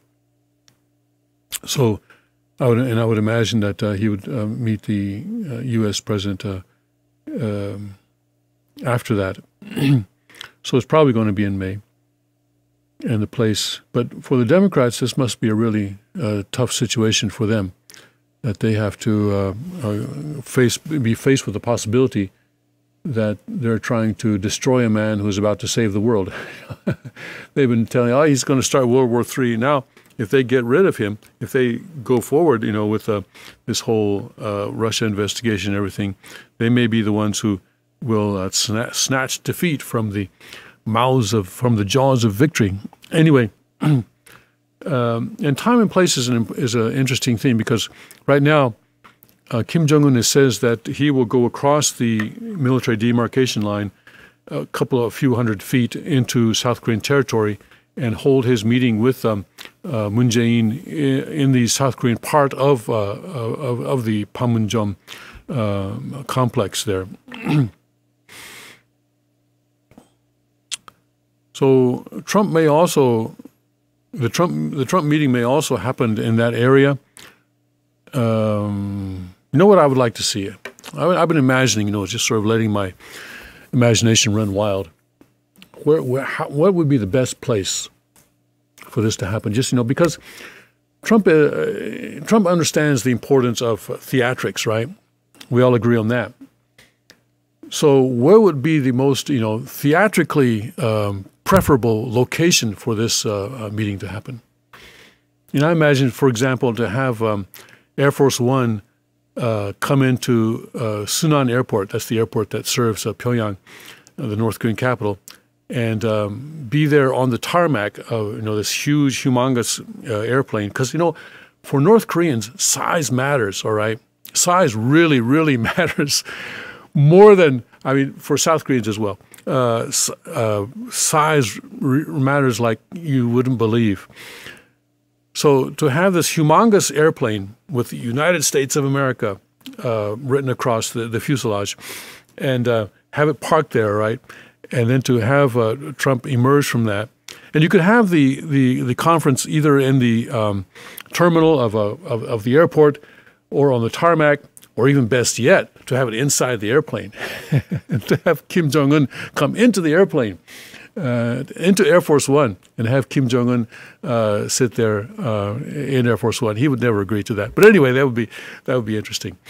But really, theatrics are also important to North Korea. There's a reason why Kim Jong-un is the only obese person in North Korea. It has that is part of his qualification as leader. All right, they probably fed him all sorts of stuff I don't know. He may even have a pillow under it. I don't know. They probably fed him all sorts of stuff in order to give him more girth, because that is a big part of his authority. When the peace talks first began in Panmunjom to end the Korean War, there was a big competition between the two sides over various things, including, on each side you had a little flag, all right? So, for example, on the United Nations side, you had a flag of the United Nations, and you had a little stand like this, and then maybe a flagpole about that high, and then a little flag on it, right, or like that, right? So then there was a competition, the United Nations side put one there, and so the North Koreans brought their flag, but it was a little bit taller. It was a little bit taller. And instead of having just one, the base, instead of having just one layer, had two layers, something like that. So then the United Nations brought one was a little bit taller than theirs. And they brought everyone was a little bit taller than that. This is the kind of thing that is important to North Koreans. South Koreans too, to be honest. But even more so to North Koreans. So theatrics matter. Theatrics are going to matter greatly. So I hope that President Trump will exercise his God-given talent for theatrics to arrange a truly spectacular location for this meeting. Because it's through theatrics that he can put pressure on the North Koreans. All right, For example, this is another thing that my imagination running wild thought about. All right, so you got a desk, all right, and they're going to sit down, and Trump pulls out a button. He pulls out a button and he puts it on his desk, all right? He doesn't have to say anything, but make the North Koreans think that might be his nuclear button, all right? He can even put the word nuclear on the button, or even in Korean, heck, put the word heck in Korean on the button. Just make it, put it there. This is not a small button. Make it about this big around, all right? A big button. Or to have the guy carrying the football, the nuclear codes, have that guy sit right behind him, all right? It doesn't have to be the real guy. It doesn't have to be the real briefcase, all right? But to have a Marine or somebody like that sit right behind him with a stern face, it's got to be a big Marine, all right? Not a woman. I'm sorry, has to be a man, a big man. This is for theatrics, all right? Not about gender equality or anything like that. This is about theatrics. Have a big, burly Marine sitting behind him with that football briefcase for the nuclear codes. And then, again, don't say anything. Don't say anything about it. Make them guess what it is. So those are the kinds of theatrics that are going to be important in this meeting. And I hope that President Trump is also letting his imagination sort of churn. He has much better ability about this than I do. So I'm looking forward to see what kind of a theatrics he will arrange for that meeting. It's going to be great. It's going to be great, I'm sure. Anyway, let's look at this more serious article from Reuters this morning. U.S. seeks concrete actions from North Korea before planned talks. Now we're coming down to the details. Now we're coming down to the nitty-gritty. U.S. President Donald Trump will not meet with North Korean leader Kim Jong-un unless Pyongyang takes concrete actions, the White House said on Friday, as it faced criticism for agreeing to talks that would boost Kim's standing. This is the problem that, and this is one of the reasons that this kind of meeting has never taken place before. I mean, Rachel Maddow asked why no other president has done this. It's because they listen to the State Department. See, the State Department has always had this doctrine. There's this doctrine in the State Department that speaking to the United States or sitting down with the United States is a reward for good behavior. This is their doctrine. So that is why they've always said, North Korea cannot talk with the United States until they, for example, what was it? The guy who was the head, were responsible for North Korean negotiations in the State Department, said last year around September, I think, saying that, okay, if North Korea doesn't fire any missiles for a couple of months, then we will sit down with them. Well, they didn't fire any missiles for a couple of months, but then they did it third month after 3 months. So that kind of shot that. But always, you say, okay, well, we'll sit down with you. If you're a good person, as a reward, we will sit down with you. So now President Trump said yes, but then now you can see the State Department people are playing catch up, all right? And they're putting President Trump, they're telling President Trump to put all sorts of conditions on his talk with the North Koreans. The president will not have the meeting without seeing concrete steps and concrete actions take place by North Korea, so the president will actually be getting something, White House spokeswoman Sarah Sanders told a news briefing. Sanders did not specify what action North Korea needed to take, and a White House official later said she was not intending to set new conditions for talks with Kim. So we're kind of, okay, so apparently Sarah Sanders is listening to the State Department, it sounds like, or maybe to people in the White House who have connection with the State Department. But then other people are saying, no, we're not setting new conditions for talks with Kim. They're kind of in turmoil right now. But the comments were assigned that an end to a standoff between the two countries over North Korea's nuclear weapon program is not imminent.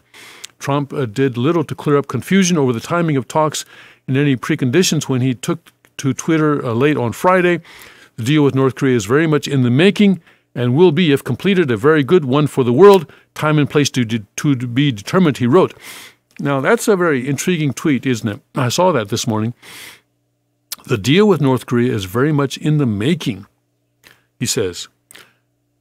These kinds of summit conferences are pretty much scripted affairs. I'm not talking about with North Korea, but generally summit conference, when presidents meet, for example, or even when prime ministers meet, before any kind of meeting like that takes place, all the people in the staff level or working level from the two countries get together and they hammer out all sorts of things. Okay, we can have our two guys sign this and this and this and that, and they come up with all these agreements, and even arrange the agenda, what they're going to talk about, and what each side's going to say, and everything like that. And then the two guys get together, and then they pretty much stick to the script. And then they, sign something, and then they have, big champagne and all that, and then everybody goes home. So Trump now, so those summit meetings are preceded by a lot of talk on the working level and a lot of negotiation on the working level and a lot of agreements on the working level that are then consummated by the two head guys. So here Trump says the deal with North America is very much in the making. Making? So there's something going on now? What is he talking about? Is some kind of negotiation going on now? Aside from time and place of where this meeting is going to take place? Or is he going to, is Trump going to go into that meeting just cold? Says, yeah, I'll sit down with him and see what he has to say. Is that all that he's going to do? Just to sit down and see what he has to say?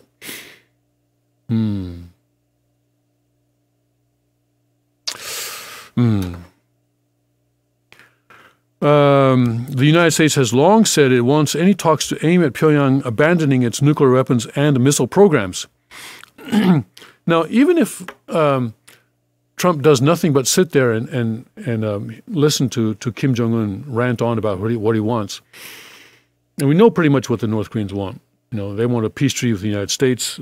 That's going to be big, and they want a withdrawal of U.S. forces from the South, and they will say we want security guarantees for our country, which as things go along, we'll find out that they actually mean not only the troops in South Korea, but also U.S. troops on Okinawa and Guam, and even the U.S. nuclear force in the United States. So all that North Koreans will bring all that up. But even if Trump says, well, that's just, we're not going to do any of that, and walks away, he then has a greater justification for military action against North Korea. Even if the talks fail, he can come back, say to the world, hey, listen, I sat down with them and talked with them, but nothing came of it. So now the only option is military action.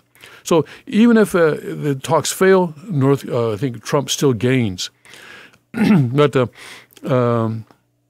so in that sense, I think that the Pentagon people ought to be sort of reined in a bit. I'm sorry, not the Pentagon people, the State Department people ought to be reined in a bit on their insistence that talks only happen as a reward for good behavior. Hopes for a breakthrough with North Korea rose on Thursday when Trump said he was prepared to hold an unprecedented meeting with Kim. The two leaders prompted jitters around the world last year as they exchanged bellicose insults over the North Korea's attempts to develop a nuclear weapon capable of hitting the United States. Pyongyang has pursued its nuclear program in defiance of the United Nations Security Council resolutions. But tension eased around last month's Winter Olympics in South Korea, laying the groundwork for what would be the first meeting between the leaders from North Korea and the United States. So journalists get it wrong, all the time. This is another example of that. Tensions eased. Tensions, I would say, appeared to ease because tensions actually did not ease. It was just that, the charm offensive from the North was gobbled up by South Korean media and public opinion and also Western media. And so it was an appearance of tensions easing, but the actual tensions have not eased at all. Let me look at the story that World Tribune has this morning on this situation with Trump and Kim Jong-un. Trump's strategy on North Korea very different from past approaches and past presidents. And that's what Rachel Maddow, of course, is up in arms about. How dare he do something that's different from the past? We're supposed to always be repeating the past. We're not supposed to learn from the past. Why do you think we got rid of history in our schools for? Anyway, that's Rachel Maddow. A little bit of a summary or paraphrase by me. The World Tribune says the Trump White House broke from the style of traditional American diplomacy by directly threatening the North Korean communist regime over its nuclear strategic challenge and spotlighting its horrific human rights abuses. U.S. President Donald Trump, in addition to taking a strong stand towards North Korea, has been coordinating very closely with South Korea in a major shift from the strategy of his predecessors, and one that ultimately paid off, South Korean National Security Advisor Chung Eui-yong said.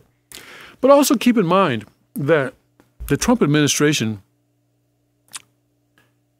was going to appoint, or actually submitted to the Senate, an appointment of a man to be the U.S. ambassador in South Korea, who was calling on Trump to have talks with the North unconditionally. But then the White House then withdrew that nomination, withdrew that appointment from the Senate before the Senate had a chance to approve it, apparently over this disagreement over unconditional talks. In other words, the man who was going to be ambassador wanted unconditional talks. Trump said no, and then withdrew the nomination. And then Trump turns around and agrees to unconditional talks. So I think that man right now is sort of sitting at home saying, "What just happened to me? What was that all about? How come? What happened to me? Why was my nomination withdrawn?" Very interesting. Anyway, that's just one of the things that's happening now.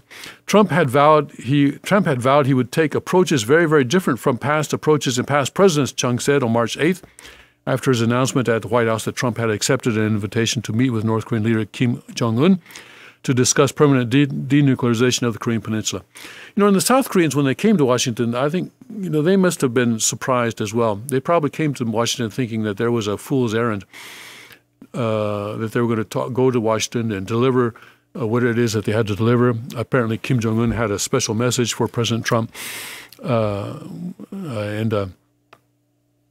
they were going to deliver that, and they didn't know, probably they were very skeptical about the results. But then they go, and Trump says, yeah, okay, let's do it.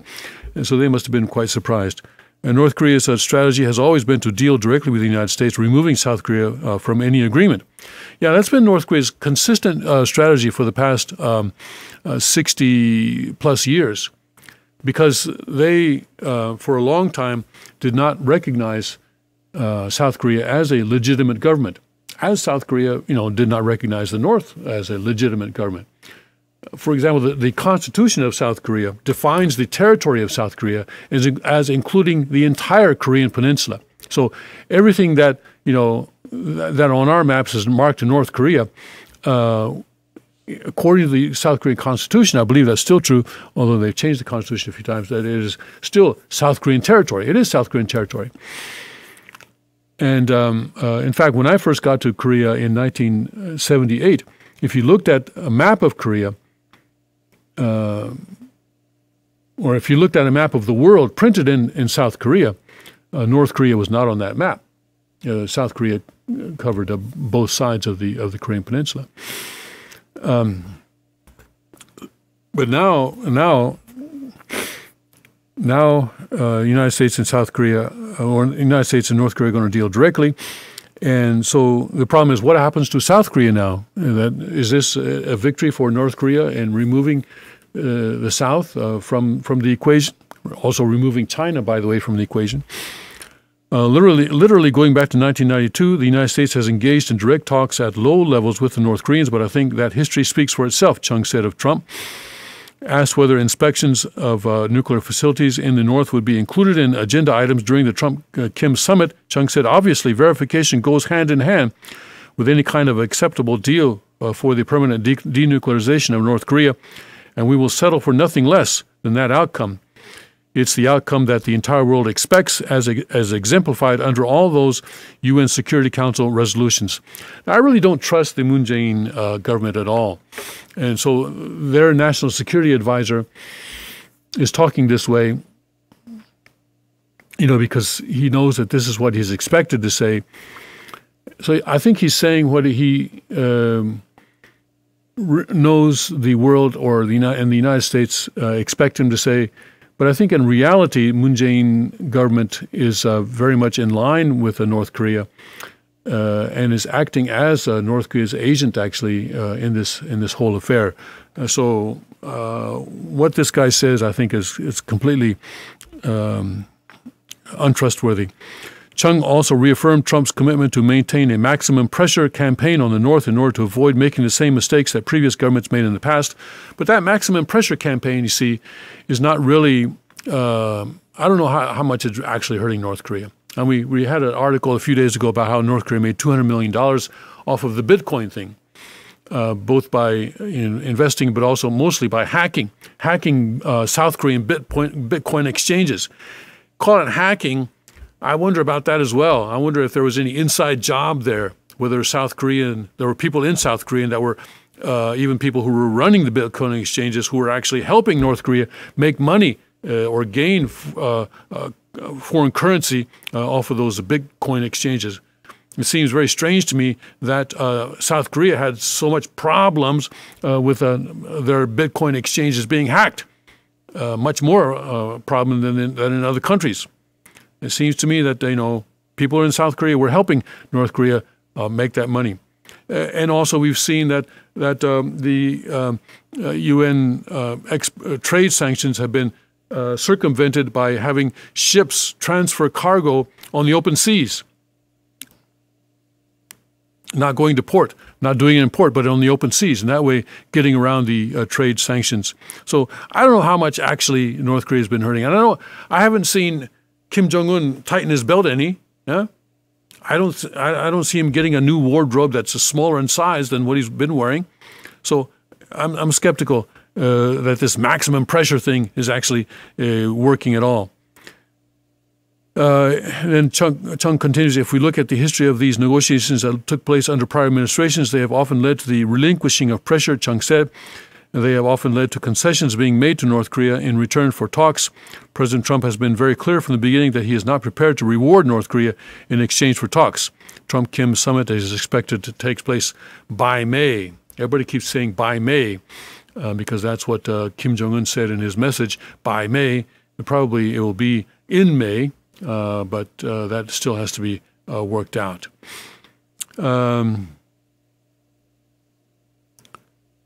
Let's see, there was one other article here on the World Tribune that I wanted to get to. That was one by Donald Kirk. Okay, here it is. Donald Kirk is an old-time journalist of the traditional mold. And he's writing here not on the Trump Kim meeting, but on the Moon Kim meeting. He wrote this article a day before we learned about this thing between Trump and Kim. But many of its points also apply. So I wanted to bring this up because he goes through the history of negotiations here. It's called, the title is Charmed, I'm Sure, Double Talk or Love Fest in Pyongyang.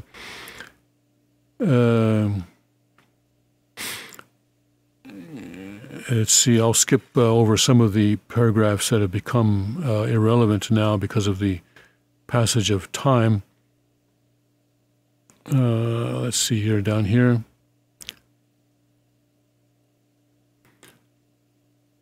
I wanted to go here to the part where he discusses the past. Where was it here? Okay, yeah. Rose Predes, we're talking about in the past. Kim Dae-jung flew to Pyongyang in June 2000 for the first inter-Korean summit while pursuing his sunshine policy of North-South reconciliation.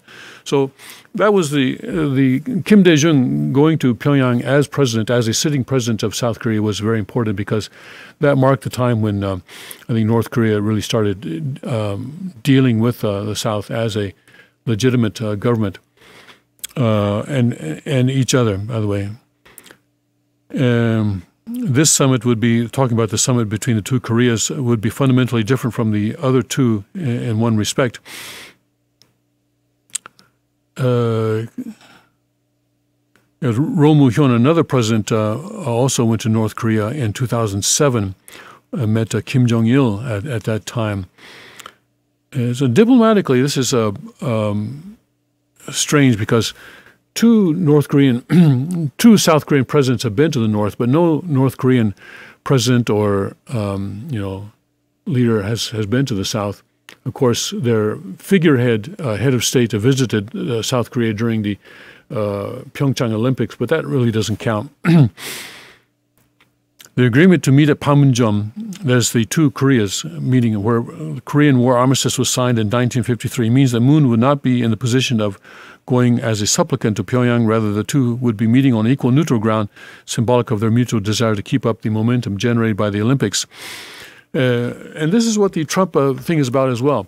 People need to understand, especially Republicans and conservatives need to understand that this meeting with Trump is not taking place as a result of maximum pressure, not taking place as a result of Trump's tweets, his, what is it, fat man or whatever, little man or whatever he's been calling Kim Jong-un. But it's been taking place because of North Korea's confidence that they are now in the driver's seat, that they now have control, virtual control over the southern part of the peninsula. And all they need to do now is arrange for the pullout of U.S. troops. So North Korea is coming into this from a position of strength in that way. They're not buckling under pressure from the economic sanctions. They're not buckling under pressure from Trump's tweets. I think there's going to be a tendency for people in America to interpret it that way, but it's really not the case. The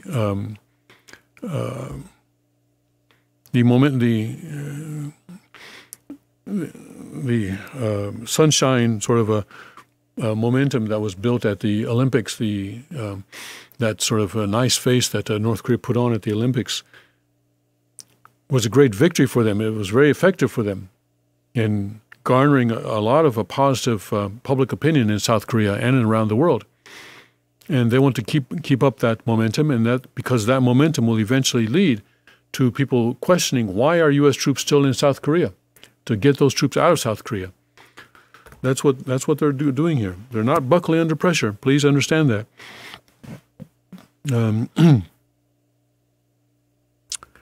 Let's see. There's a place here where he goes here.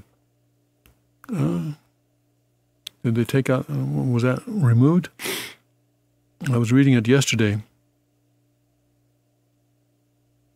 about the history. He went into the history of the. Let me just try to find it here. Sorry for the dead air. No, what happened here? Okay, well, somehow that must have gotten edited out in the meantime between yesterday and today for some reason, because I can't find it, even on a word search. All right, let's take a break and we'll come back with more from a Theological perspective.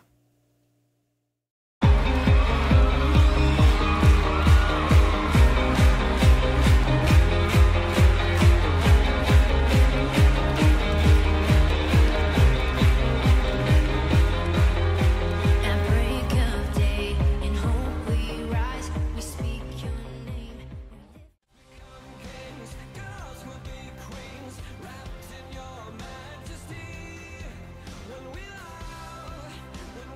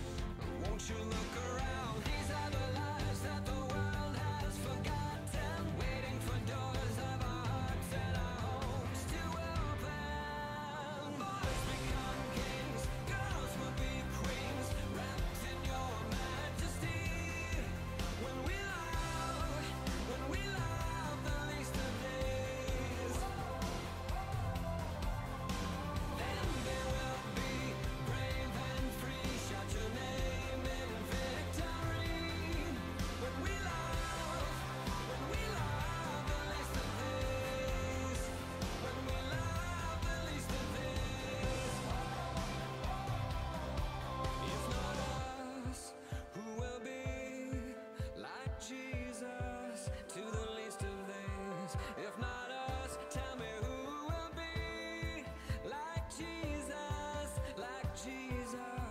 to the least of these. Boys become kings, girls will be queens, wrapped in your majesty. When we love.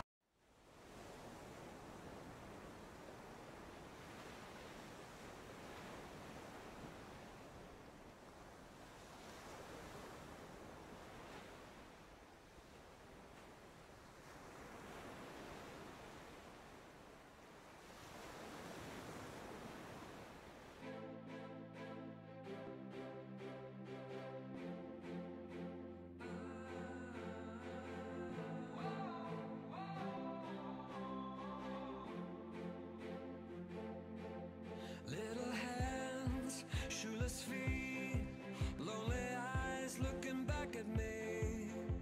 Will we leave behind the innocent to grieve? On their own, on the run, when their lives have only begun. These could be our daughters and our sons. And just like a drum, I can hear their hearts beating. I know my God won't let them be defeated. Every child has a dream to belong and be loved. Boys become kings, girls will be queens, wrapped in your majesty. When we love the least of these, then they will be brave and free. Shout your name in victory. When we love the least of these. When we love the least of these.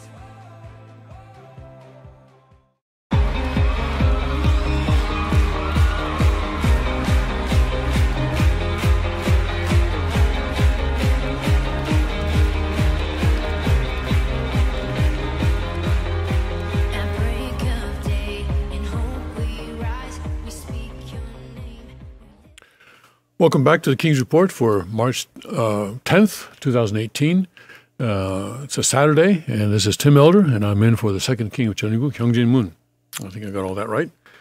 And let's look at the story on the Drudge about, it's actually from Politico, where there's a senator, U.S. senator running for re-election in Nevada, who is hoping that there will be a Supreme Court vacancy before the midterm.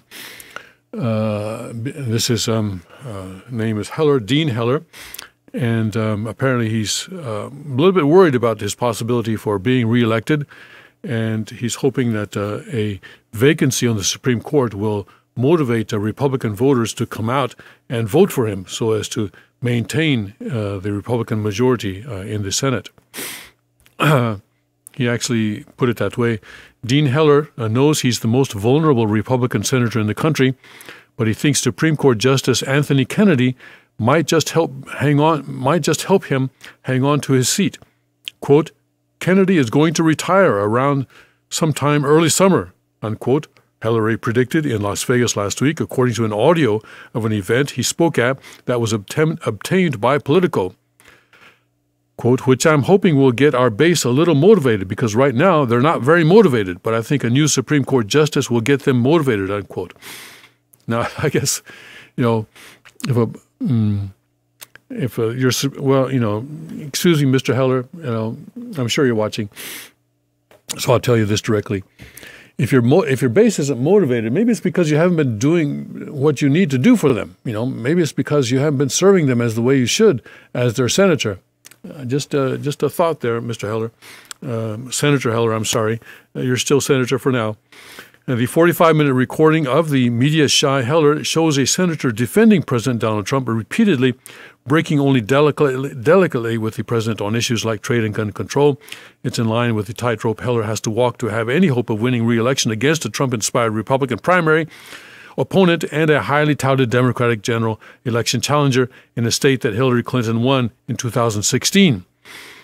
Hillary cannot afford to lose conservatives by breaking with Trump, yet must keep a lane to the center open to win a general election. It's the trickiest political equation facing any GOP senator on the ballot this year. Where did he say he's, the Nevadan once declared he was 100% against Clinton, 99% against Trump. And now he wants to be reelected because he loves Trump so much. Isn't that wonderful? Anyway, now it's hard to get Heller to say a cross word about the president, whom Heller seems to view as an asset rather than an anchor. Well, yeah, especially if things go well with North Korea, he'll be quite an asset rather than an anchor at all. So that's going on. But, these speculation on when Supreme Court justice will retire is always going on. Ruth Bader Ginsburg, RBG as she's sometimes called, is very old, and I think she's been speculated, in terms of her health, but she insists that she's not going to retire or die as long as Trump is in the White House, because I'm sure she would not want her. She's a very liberal justice, by the way, and I'm sure she's doing everything she can to stay alive until a liberal president comes into office so that she can be replaced by another liberal. God will decide who lives how long, and so we'll see. We'll see what happens in the Supreme Court over the next months. Perhaps God has some things in mind for people, some of the people who are on that court. We don't know. All right, let's look at this thing with the Democrats changing their process for nominating the candidate for president. This thing about superdelegates was a problem. Of course, both parties have superdelegates. Superdelegates are delegates that are not elected in the primaries. They are sort of there by reason of the office that they hold. For example, I think they had all members of Congress, all Democratic members of Congress were superdelegates, for example, the Senate and the House. The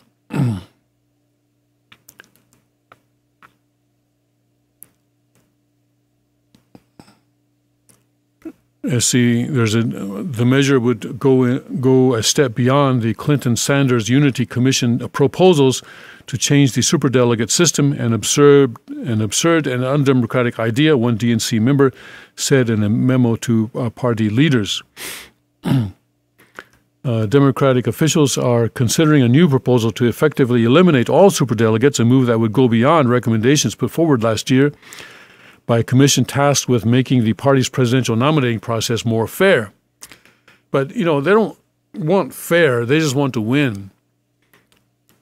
They just want to put someone in the White House. Whether it's fair or not is quite secondary. But they got criticized quite a bit in 2016 because because the election was basically rigged. The nominating system was basically rigged in favor of Hillary Clinton. So they got a lot of heat over that, and so now they're trying to fix it. Under the current system for choosing a Democratic nominee, around 700 people called superdelegates are entitled to their own delegate to award to the candidate of their choosing, regardless of votes cast, making up about 30% of the 2,382 delegates needed to clinch the party's nomination. These delegates include members of the Democratic National Committee, Democratic elected officials, and distinguished party leaders like former presidents and vice presidents. Superdelegates were a major point of contention during the 2016 primary, with many supporters of Bernie Sanders arguing the system unfairly favored Hillary Clinton. Yeah, that's right. Well, we'll see what the Democratic Party does to their nominating process. But we know, though, that however much they may change the process, they're still going to come up with a very liberal person. There are some Democrats still who are pro-life. But it's been becoming more and more difficult for them to remain Democrats. And even, either the current or the past chairman of the Democratic National Committee even came out and said that the DNC will not support any candidate who is pro-life. And I think that may have been watered down somewhat now, but it's becoming more and more difficult for pro-life people to be in the Democratic Party. And that's the direction that the Democrats intend to keep on going. Kamala Harris yesterday was saying that California shows the future of America.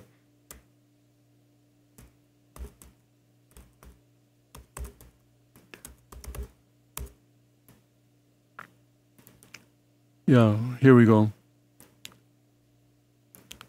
She's saying she's a Democrat, a member of the Senate, and she was at least at one point being touted as a possible Democratic candidate in 2020 because she's Democrat, she's white, no, I'm sorry, she's black, she's black, and she's a woman. So she's got a trifecta going for her there. And she's saying that on immigration, Sessions wants to roll back the clock. California represents the future, is what she's saying. Senator Kamala Harris, Democrat of California, appeared on MSNBC's All In with the host Chris Hayes Wednesday night to discuss Attorney General Jeff Sessions' speech in California, ignoring the nation's immigration laws and likening it to nullification. Harris warned that it's not a good idea for Sessions to bring up Civil War history and said his credibility is pretty shot on those issues. Hayes prompted the comments from Harris when he brought up Sessions' reference to slave states in nullification and secession and denouncing California for evading federal immigration law. Editors note Sessions actually said, "There is no nullification, there is no secession." He then invited any doubters to Gettysburg and to the graves of John C. Calhoun and Abraham Lincoln. There was no abject overtures to slavery and Reconstruction. Attorney General Sessions compared California's actions quite intentionally, I think, to the actions of the slave states in nullification and secession and the Civil War. What do you say to that? Hayes asked. But that's Sessions, of course, is arguing against states' rights and the right to secede, which was basically eliminated after the Civil War. In 1869, there was a case involving Texas, which went to the Supreme Court, and some bonds that had been sold by Texas during the Civil War, I think. And anyway, it involved some U.S. Treasury bonds that had been given to Texas in return for Texas ceding some land to Mexico following the Mexican War. And these bonds had been sold by Texas during the Civil War in order to raise some funds. And after the war, some people challenged the legality of that sale, and the Supreme Court also agreed that the sale was illegal because the legislature of Texas, or the governor of Texas at that time, was not who had come in under or actually anyway. But anyway, the upshot, though, was that the Supreme Court said that the secession of Texas from the United States of America, from a legal perspective, never happened. It never happened because secession is impossible under the Constitution. Now, in the Constitution, there is no provision about secession. There is no provision about secession. But there is a provision in the 10th Amendment, in the Bill of Rights, the 10th Amendment, which says that any right or authority that is not mentioned in the Constitution is reserved for the states and for the people. And so under that, it would seem that since secession is not mentioned in the Constitution, therefore the states have the right to secede whenever they want to and through whatever process they want to. And that's why these states seceded prior to the Civil War, after Abraham Lincoln was elected president. But in 1869, the Supreme Court said, it's true that there's nothing in the Constitution specifically about secession. The word secession does not occur in the Constitution, that's true. But taken as a whole, the Constitution is a union in perpetuity, I think is the phrase that they used, union in perpetuity. In other words, once you enter, you cannot leave.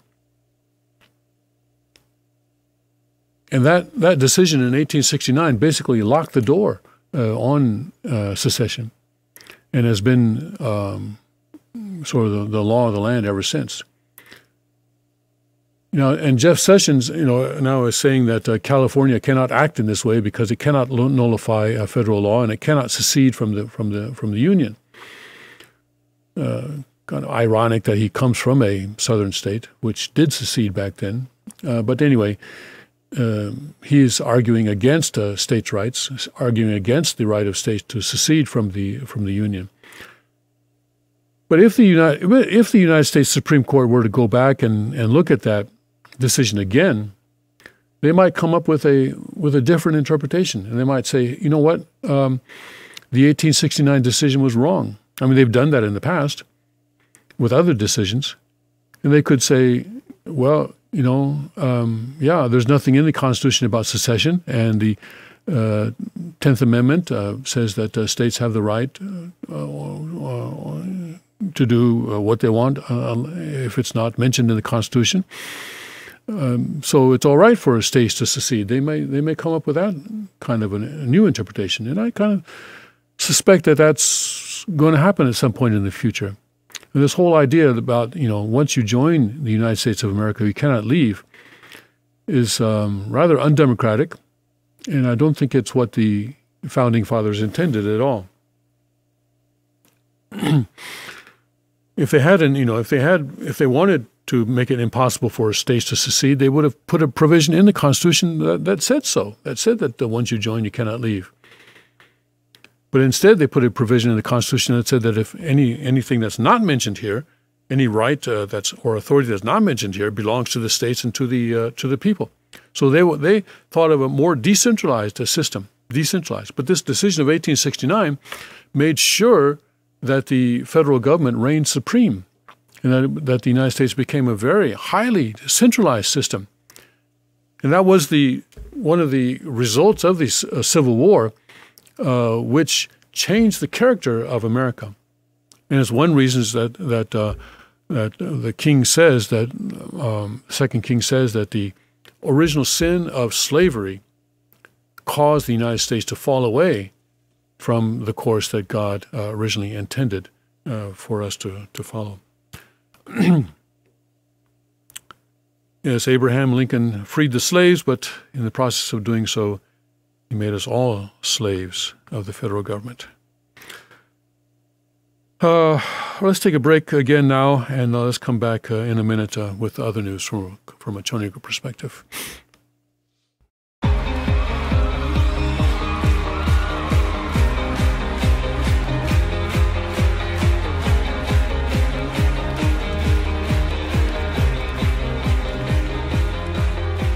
At break of day, in hope we rise, we speak your name.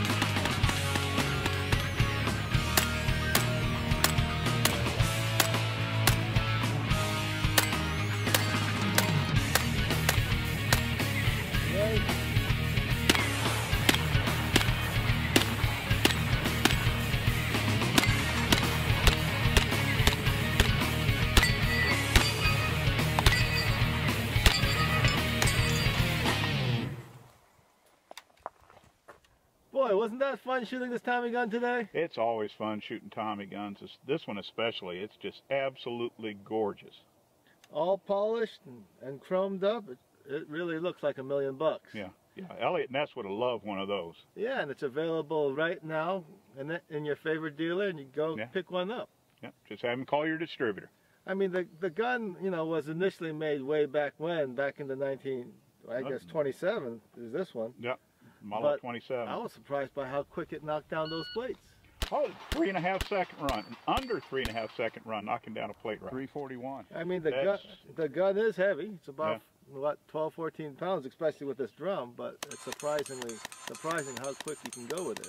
It would actually make quite a good self-defense rifle at home. If I climbed in somebody's window and they were aiming that at me, I think I'd get out of there real quick. So that sounds about right to me. Just the intimidation factor alone. Fire!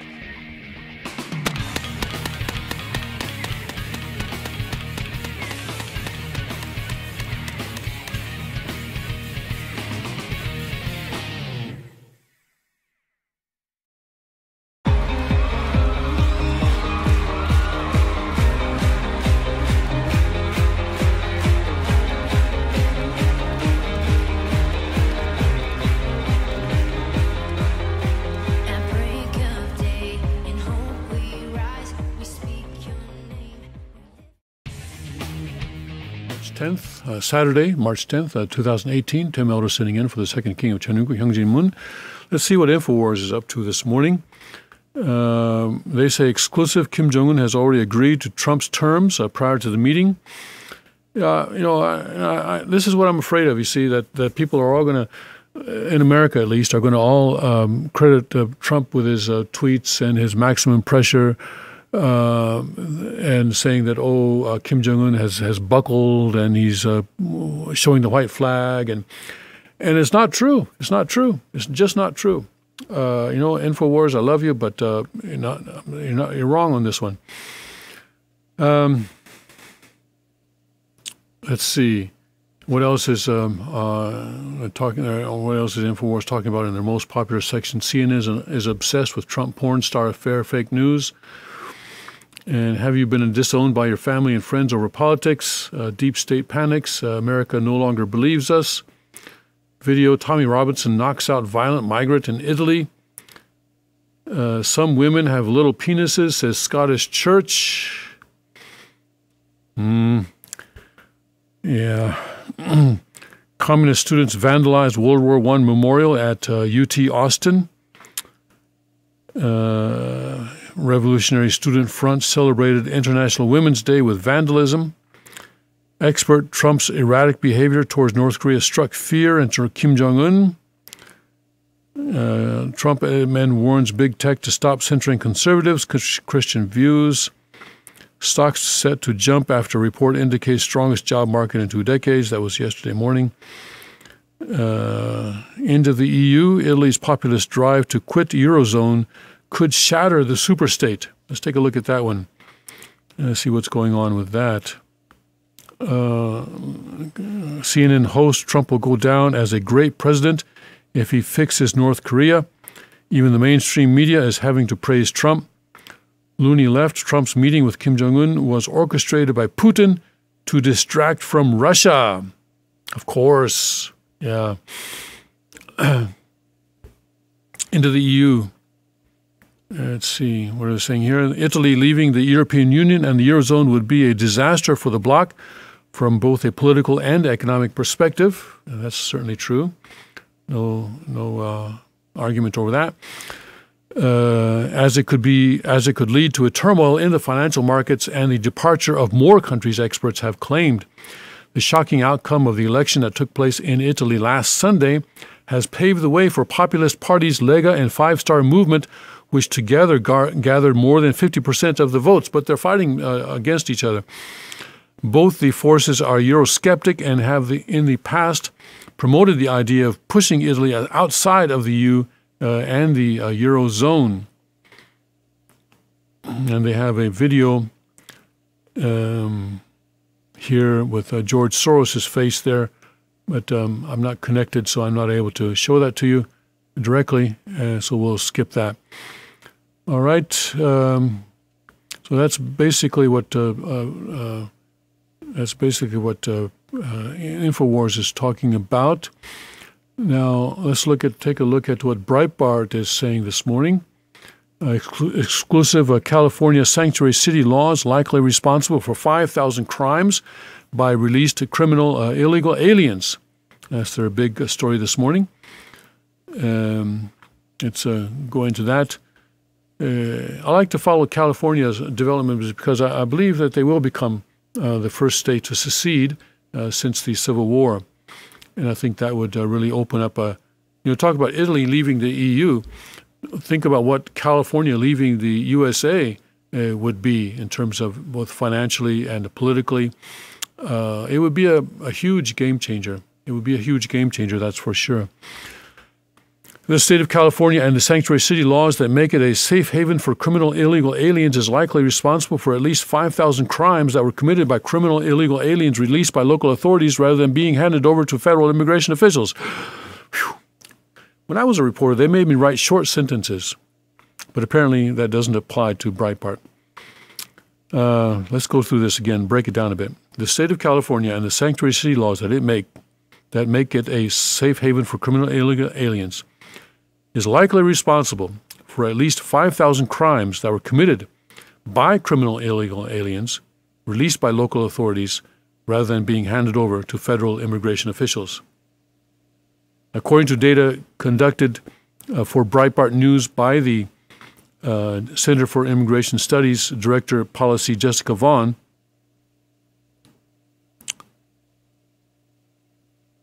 the state of California, which refuses to hand over criminal illegal aliens to the Immigration and Customs Enforcement Agency, makes up about half of all non-cooperation with federal immigration officials in the U.S.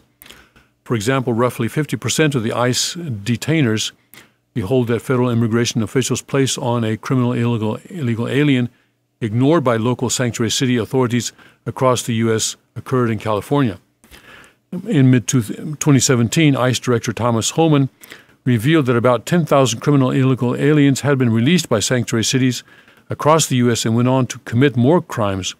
This figure, though, could be even higher for the year 2017.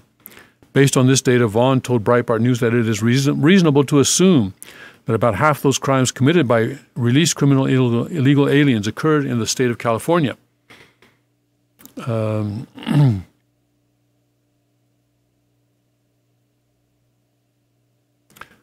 That is 5,000. No, wait a second. Okay, in mid-2017, the ICE director said that about 10,000 criminal illegal aliens had been released by sanctuary cities across the U.S. and went on to commit more crimes. This figure, though, skip that sentence. So 10,000 criminal illegal aliens were released and then committed crimes, all right? So then Vaughn tells Breitbart News that it's reasonable to assume that half of those crimes committed by released criminal illegal aliens occurred in the state of California. That is 5,000 crimes that occurred that could have been prevented if they had cooperated with ICE as federal law provides. Vaughn told Breitbart News, what is the cost to Californians for that crime spree? Comparing people, in one place they're quoting the number of people, in another place they're quoting the number of crimes. So I guess what they say here would be true if each of those 10,000 criminal illegal aliens who committed a crime committed just one crime. Then I could see the equivalence there. But I think Breitbart is a little bit playing with the data here. But anyway, a lot of crimes are committed. Surely it's a lot more than the cost of a few minutes of a California jail officer's time to notify ICE or to keep the offenders in custody for ICE for a few hours, Vaughn said. But California politicians like Governor Brown, Xavier Becerra, and Libby Schaaf would rather have the crime, apparently. The estimate was gathered by provided ICE data, as the agency says it has no way of tracking the figure of how many exact criminal illegal aliens have been released into the public by California's sanctuary laws. So they don't really know how many criminal illegal aliens have been released by California, so they're making all sorts of assumptions. All right. Breitbart is great, but their journalistic standards could use some improvement, I think. It'd be more credible if they did that. It'd be a much better site. Let's see. Winning after Wild on Air defiance, Sam Nunberg testifies anyway. Winning greatest manufacturing boom in 20 years. Xi's Africa colonialism, China pursuit to be only sovereign state. Yeah, who was it? Was talking about China's predatory lending practices. Let me see if I can pull up that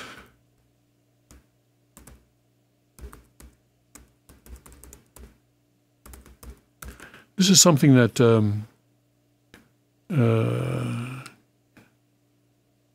Tillerson was one person who's talking about this, but it wasn't Tillerson.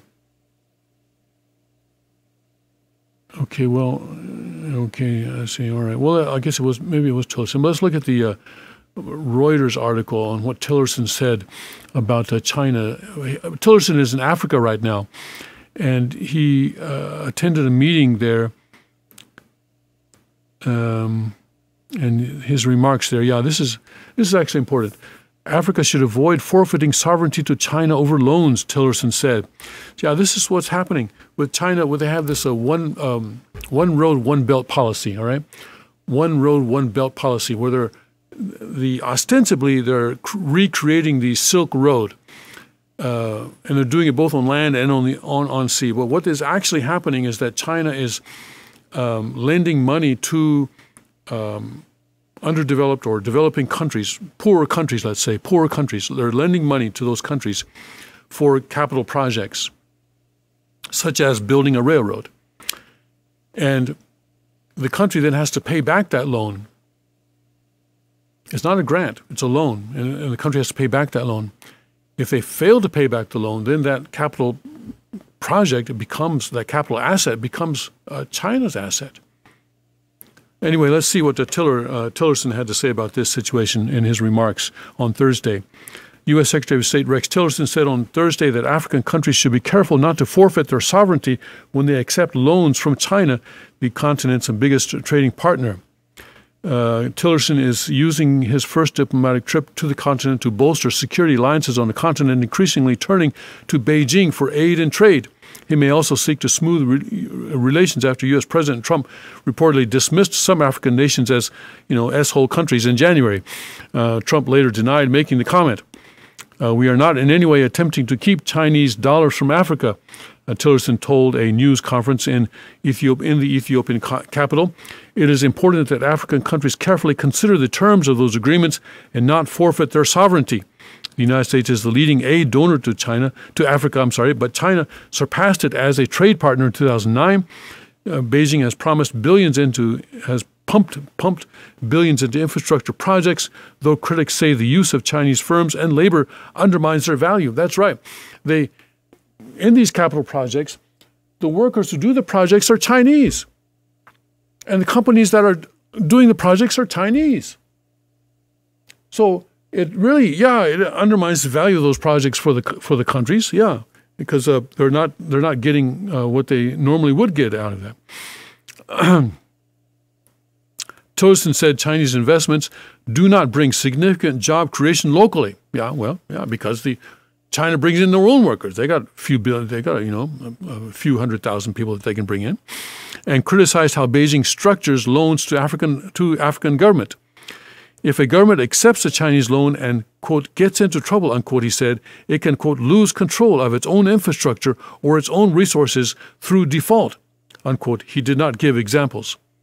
The growing Chinese lending to the continent has also attracted criticism from some Africans who say China's agenda is to feed its appetite for African raw materials like oil, timber, and mineral, and secure contracts for its firms. Yeah, that's right. They're not just doing this for their own socialist brothers. They're doing it because they want the oil, they want the timber, they want the minerals. Russian Foreign Minister Sergei Lavrov, visiting Zimbabwe on Thursday, told reporters it was inappropriate for Tillerson to criticize China's relationship with African countries. It was not appropriate to criticize the relations of his host when he was a guest there with another country. He said many African governments enjoy close ties with both Washington and Beijing. Kenya, for example, inaugurated a $3.2 billion railway funded by China last year. For the last 3 years, Kenya has received more than $100 million annually in U.S. security assistance. But if that money from the United States is going to pay the interest on the loan from China, then the U.S. has a problem with that, right? Asked about Tillerson's criticism of China's approach on the continent, Kenya's Foreign Minister Monica Juma said, this country is engaging with partners from around the world, driven by our own interests and for our own value. Tillerson arrived in Ethiopia, Africa's second most populous nation, on Wednesday and visited the African Union headquarters on Thursday. The complex was funded and built by China and is seen as a symbol of Beijing's thrust for influence and access to the continent's natural resources. Ethiopia is home to some of Beijing's biggest investments, from a railway to Djibouti that opened last year to factories and industrial parks. And I believe China has a base, actually, a military base in Djibouti. Earlier this week, Tillerson criticized China's approach to Africa, which he said encouraged dependency through opaque contracts and predatory loan practices. Ethiopia's prime minister resigned suddenly last month, and a state of emergency was imposed, but protests in the rest of Oromia region have continued. The Secretary of State met Haile Mariam, is difficult to pronounce name, who resigned as prime minister but is still acting in the post awaiting a replacement. Details of their discussions were not released. Tillerson said after meeting his Ethiopian counterpart that the answer to political turmoil in Ethiopia was greater freedoms. It is important that the country moves on past the state of emergency quickly as possible, he said. Tillerson reiterated previous calls for African states to cut ties with North Korea. North Korea actually has been training security forces and such. Let's take a break. I got to take a break in just a minute.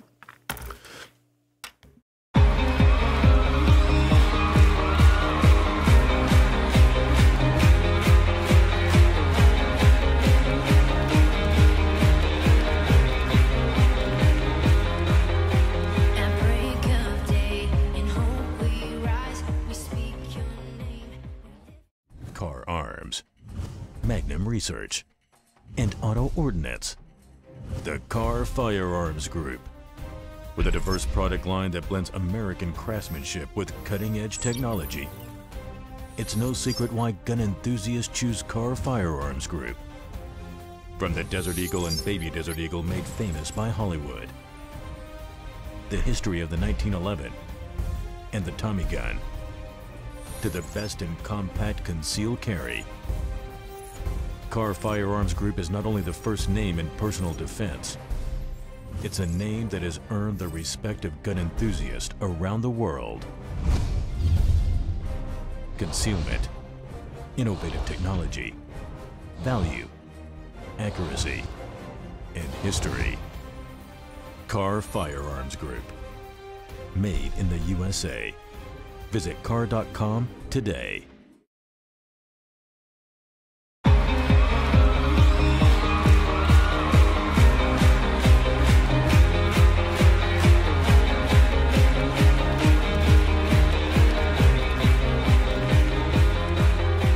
At break of day, in hope we rise, we speak your name. And welcome back to the King's Report for Saturday, March 10th, 2018. Tim Elder sitting in for the second King of China, Hyung Jin-moon. And I want to continue a little bit on this China, what China is doing in Africa. On Breitbart News, there's an article. Experts say that Africa colonialism reflects Xi Jinping's belief China should be, quote, the only sovereign state, unquote. Out of Washington, D.C., China is employing neocolonialism tactics in Africa in the form of predatory loans collateralized with natural resources and strategic assets, experts cautioned lawmakers on Wednesday. So we're no longer talking about Tillerson. This is what experts are telling Congress. The loans allow Beijing to strengthen its military ties to the continent, enhance political leverage, export communist authoritarian ideology, and gain access to viable army positions that can threaten the American homeland. In written testimony prepared for a House Foreign Affairs Subcommittee on Africa hearing on Wednesday, author Gordon Chang, an expert on China, declared as follows: I conclude that President Xi Jinping, the Chinese ruler, believes his country should be the world's only sovereign state, which is the essence of colonialism, and that today his country's relations with Africa resemble a new form of colonialism. Moreover, I believe Xi's ambitions for Africa, however one characterizes them, threaten America. Africa gives China the ability to threaten the U.S. homeland. Beijing wants a second overseas military base at Namibia's Walvis Bay in the Atlantic off the African coast. In the Azores, specifically the island of Terceira, Chinese aircraft could control the mouth of the Mediterranean and would be closer to New York than Pearl Harbor is to Los Angeles. A belligerent China in Asia is bad enough. A dangerous China much closer to our shores is far worse. Already, China reportedly provides Africa. This is now the reporter writing again. Already, China reportedly provides Africa with more financing than any other country in the world, noted Joshua Masservey, an Africa expert at the Heritage Foundation think tank, in his written remarks prepared for the House panel. He estimated that the total amount of loans to African countries and state-owned companies stood at about $85 billion between 2000 and 2014, acknowledging Chinese lending to the continent is mostly obscure. Last August, China established its first overseas naval base in the African country of Djibouti, home to America's largest permanent military installation on the continent, Camp Lemonnier. Chang believes China is seeking to soon erect a second naval base in Walvis Bay in Namibia. General Thomas Waldhauser, the top commander in Africa, told lawmakers this week that the United States is closely monitoring the Chinese military presence in Djibouti. Making matters worse for the United States, China owns Djibouti debt worth an estimated 60% of the country's gross domestic product, prompting Messervey to caution lawmakers that such a holding may give Beijing significant leverage over a country critical to U.S. military operations in Africa. Scott Morris, an analyst at the Center for Global Development think tank, pointed out that Djibouti is one of the countries most vulnerable to debt distress stemming from China's financing practices in Africa, which he linked to Beijing's ambitious multi-trillion-dollar investment One Belt, One Road project, also known as the Belt and Road Initiative. Our analysis suggests that Djibouti's external debt, already very high for a low-income country, could rise to over 90% of GDP under Belt and Road lending. Equally important, nearly all of this external debt, over 90%, will be owed to China, he's testified. Unlike other witnesses, Chang described China as an imperial power in Africa, noting that some of the dealings between Beijing and African states seem to be tainted by both corruption and subtle forms of coercion, thereby undercutting African free will. He identified such moves as predatory loans that allow China to gain power over the debtor countries, telling lawmakers, although Beijing provides no strings attached and low-interest loans, what looks like an apparent opposite of colonization, this easy money encourages governments to spend irresponsibly, creating the debt crisis of the future. With the enticement of low-cost loans, Beijing gets the opportunity to corrupt officials, obtain the rights to extract minerals and hydrocarbons, flood local markets with manufactured goods, send its workers to Africa, and strain local economies with trade imbalances. According to the experts, China is challenging U.S. influence in Africa by implementing colonialist tactics that allow Beijing to carry out nefarious activity, including predatory loans, imposing troop presence, military espionage, exporting its authoritarian communist ideology through 48 Confucius institutes and 28 classrooms in 38 African countries, and gaining influence in financially vulnerable governments. Once the country that receives a loan finds itself trapped in debt, it makes it easier for China to gain support for its geopolitical goals. One of those goals is the undermining of democracy and the consequent fortification of authoritarianism, something that goes against U.S. interests, cautioned Chang. Not all experts who testified on Wednesday agree that China is acting as a colonial power in Africa. It may be convenient to argue that China's presence is neocolonial, but that fails to consider African agency in determining the scope and scale of their relationship with China. China's strategy is rooted in its imperative to access resources and markets to appear to be a responsible global power, argued Dr. Anita Plummer, an assistant professor at Howard University. So, China's role in Africa, I think it's pretty obvious that it is predatory, but some people want to defend it, saying that, well, if you say it's predatory, that's just not giving fails to consider African agency. In other words, you're not taking into consideration the fact that people in Africa have their power to decide how they want to deal with China. Well, but the people who are deciding that are being corrupted by Chinese money, by these easy loans. So the common people in China are not being able to express their desire, their judgment in how their country interacts with China.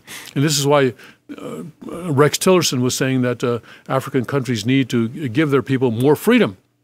Well, here's freedom for you. Give your people AR-15s, and then see how that. They've got plenty of AK-47s running around the continent, and basically what's happening now. Anyways, a lot of the terrible things going on in Africa. You know, I was in Nigeria with a father, and in 2011, and there was a conference there, and there was a conference there on. I guess it was on agriculture or something like that. And some guy from Japan was giving a presentation on farming methods and how, you know, this particular farming method could benefit people in Africa. And a man stood up, said, you know, we know how to farm. We have good farming methods here in Africa. Our problem is not that we don't know how to farm. Our problem is that we have bad leaders. That's what he said. So instead of trying to teach us how to farm, please fix our leaders. That's what he said. Yeah, bang. That was very well said.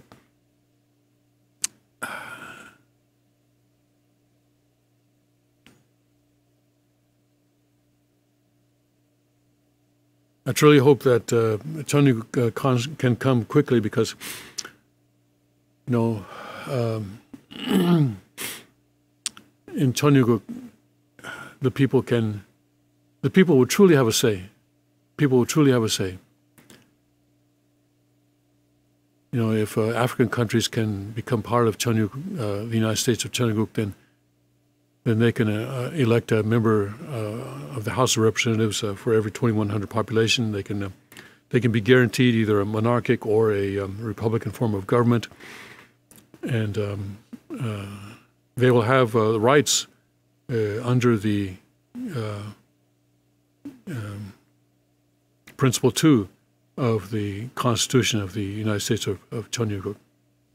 They'll have the right to worship as they please, and have the right to bear arms. They'll have a right to assembly. They'll have the right not to testify against themselves. They'll have a right to due process of law. All those rights that are guaranteed currently in the U.S. Constitution, United States of America Constitution, will be guaranteed also to the people of Africa when they become part of the United States of Cheongguk, so that they can start to truly determine their own future, which are not even, you know, the national boundaries in Africa today. I think primarily stem from the European colonial powers getting together, what was it, in the 19th century, just to sort of draw lines on the map without consideration to, you know, tribal differences, cultural differences, language differences, and anything like that. And at some time, all those have to be reconsidered, I'm sure. I truly hope that the United States of Cheongguk can come to Africa as quickly as possible. I understand the Family Federation has declared that, Senegal has become the first Cheongguk nation. Well, good luck with that. Hope it works out for you. But forgive me for my skepticism, because that is not the true Cheongguk. That is the false Cheongguk with false promises. All right, let's see. In a couple of minutes that we have left, let's see what else we have here. Bannon to speak at major Front National conference rumored to rebrand a party. That would be in France. And 3 hostages dead plus gunmen at veterans' home.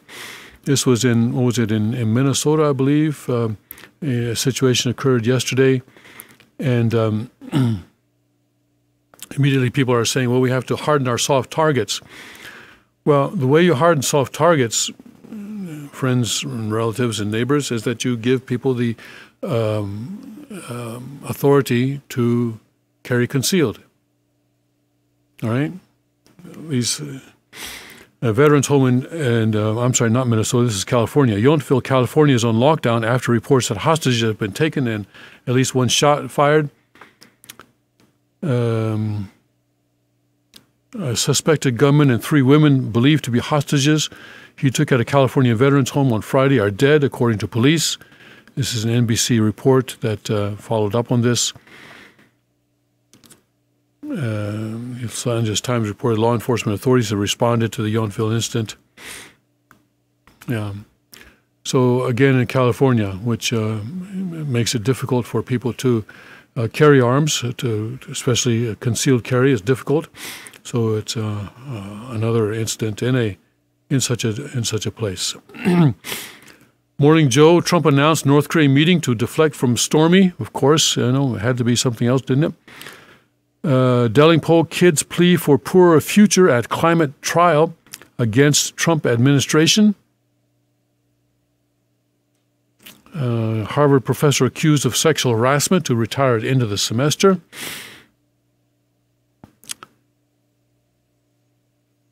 Mayhair says Trump and Kim are mirror images. Florida paper, Sheriff Israel stonewalling release of surveillance vid. Why is this man still in office? Is what I want to know. I believe demonstrations are being arranged in Florida to demand his resignation. Certainly someone else needs to come in, and even the release of these videos is, I would say, another factor here. If he's going to refuse to release those videos, then he ought to resign. Let someone else come in, and they can decide whether to release the videos. All right, let's stop our broadcast now. We're at the time, 8 o'clock. Thank you very much for joining us. The King's Report is on air on this channel on YouTube, 5 a.m. to 8 a.m. We're on Persecuted Sanctuary Church right now because YouTube has revoked our right to broadcast on our normal channel, Newfoundland Sanctuary Church, for a 3-month period. And then, of course, they removed our video of the February 28th Holy Blessings ceremony and revoked our right. So that goes on until late May.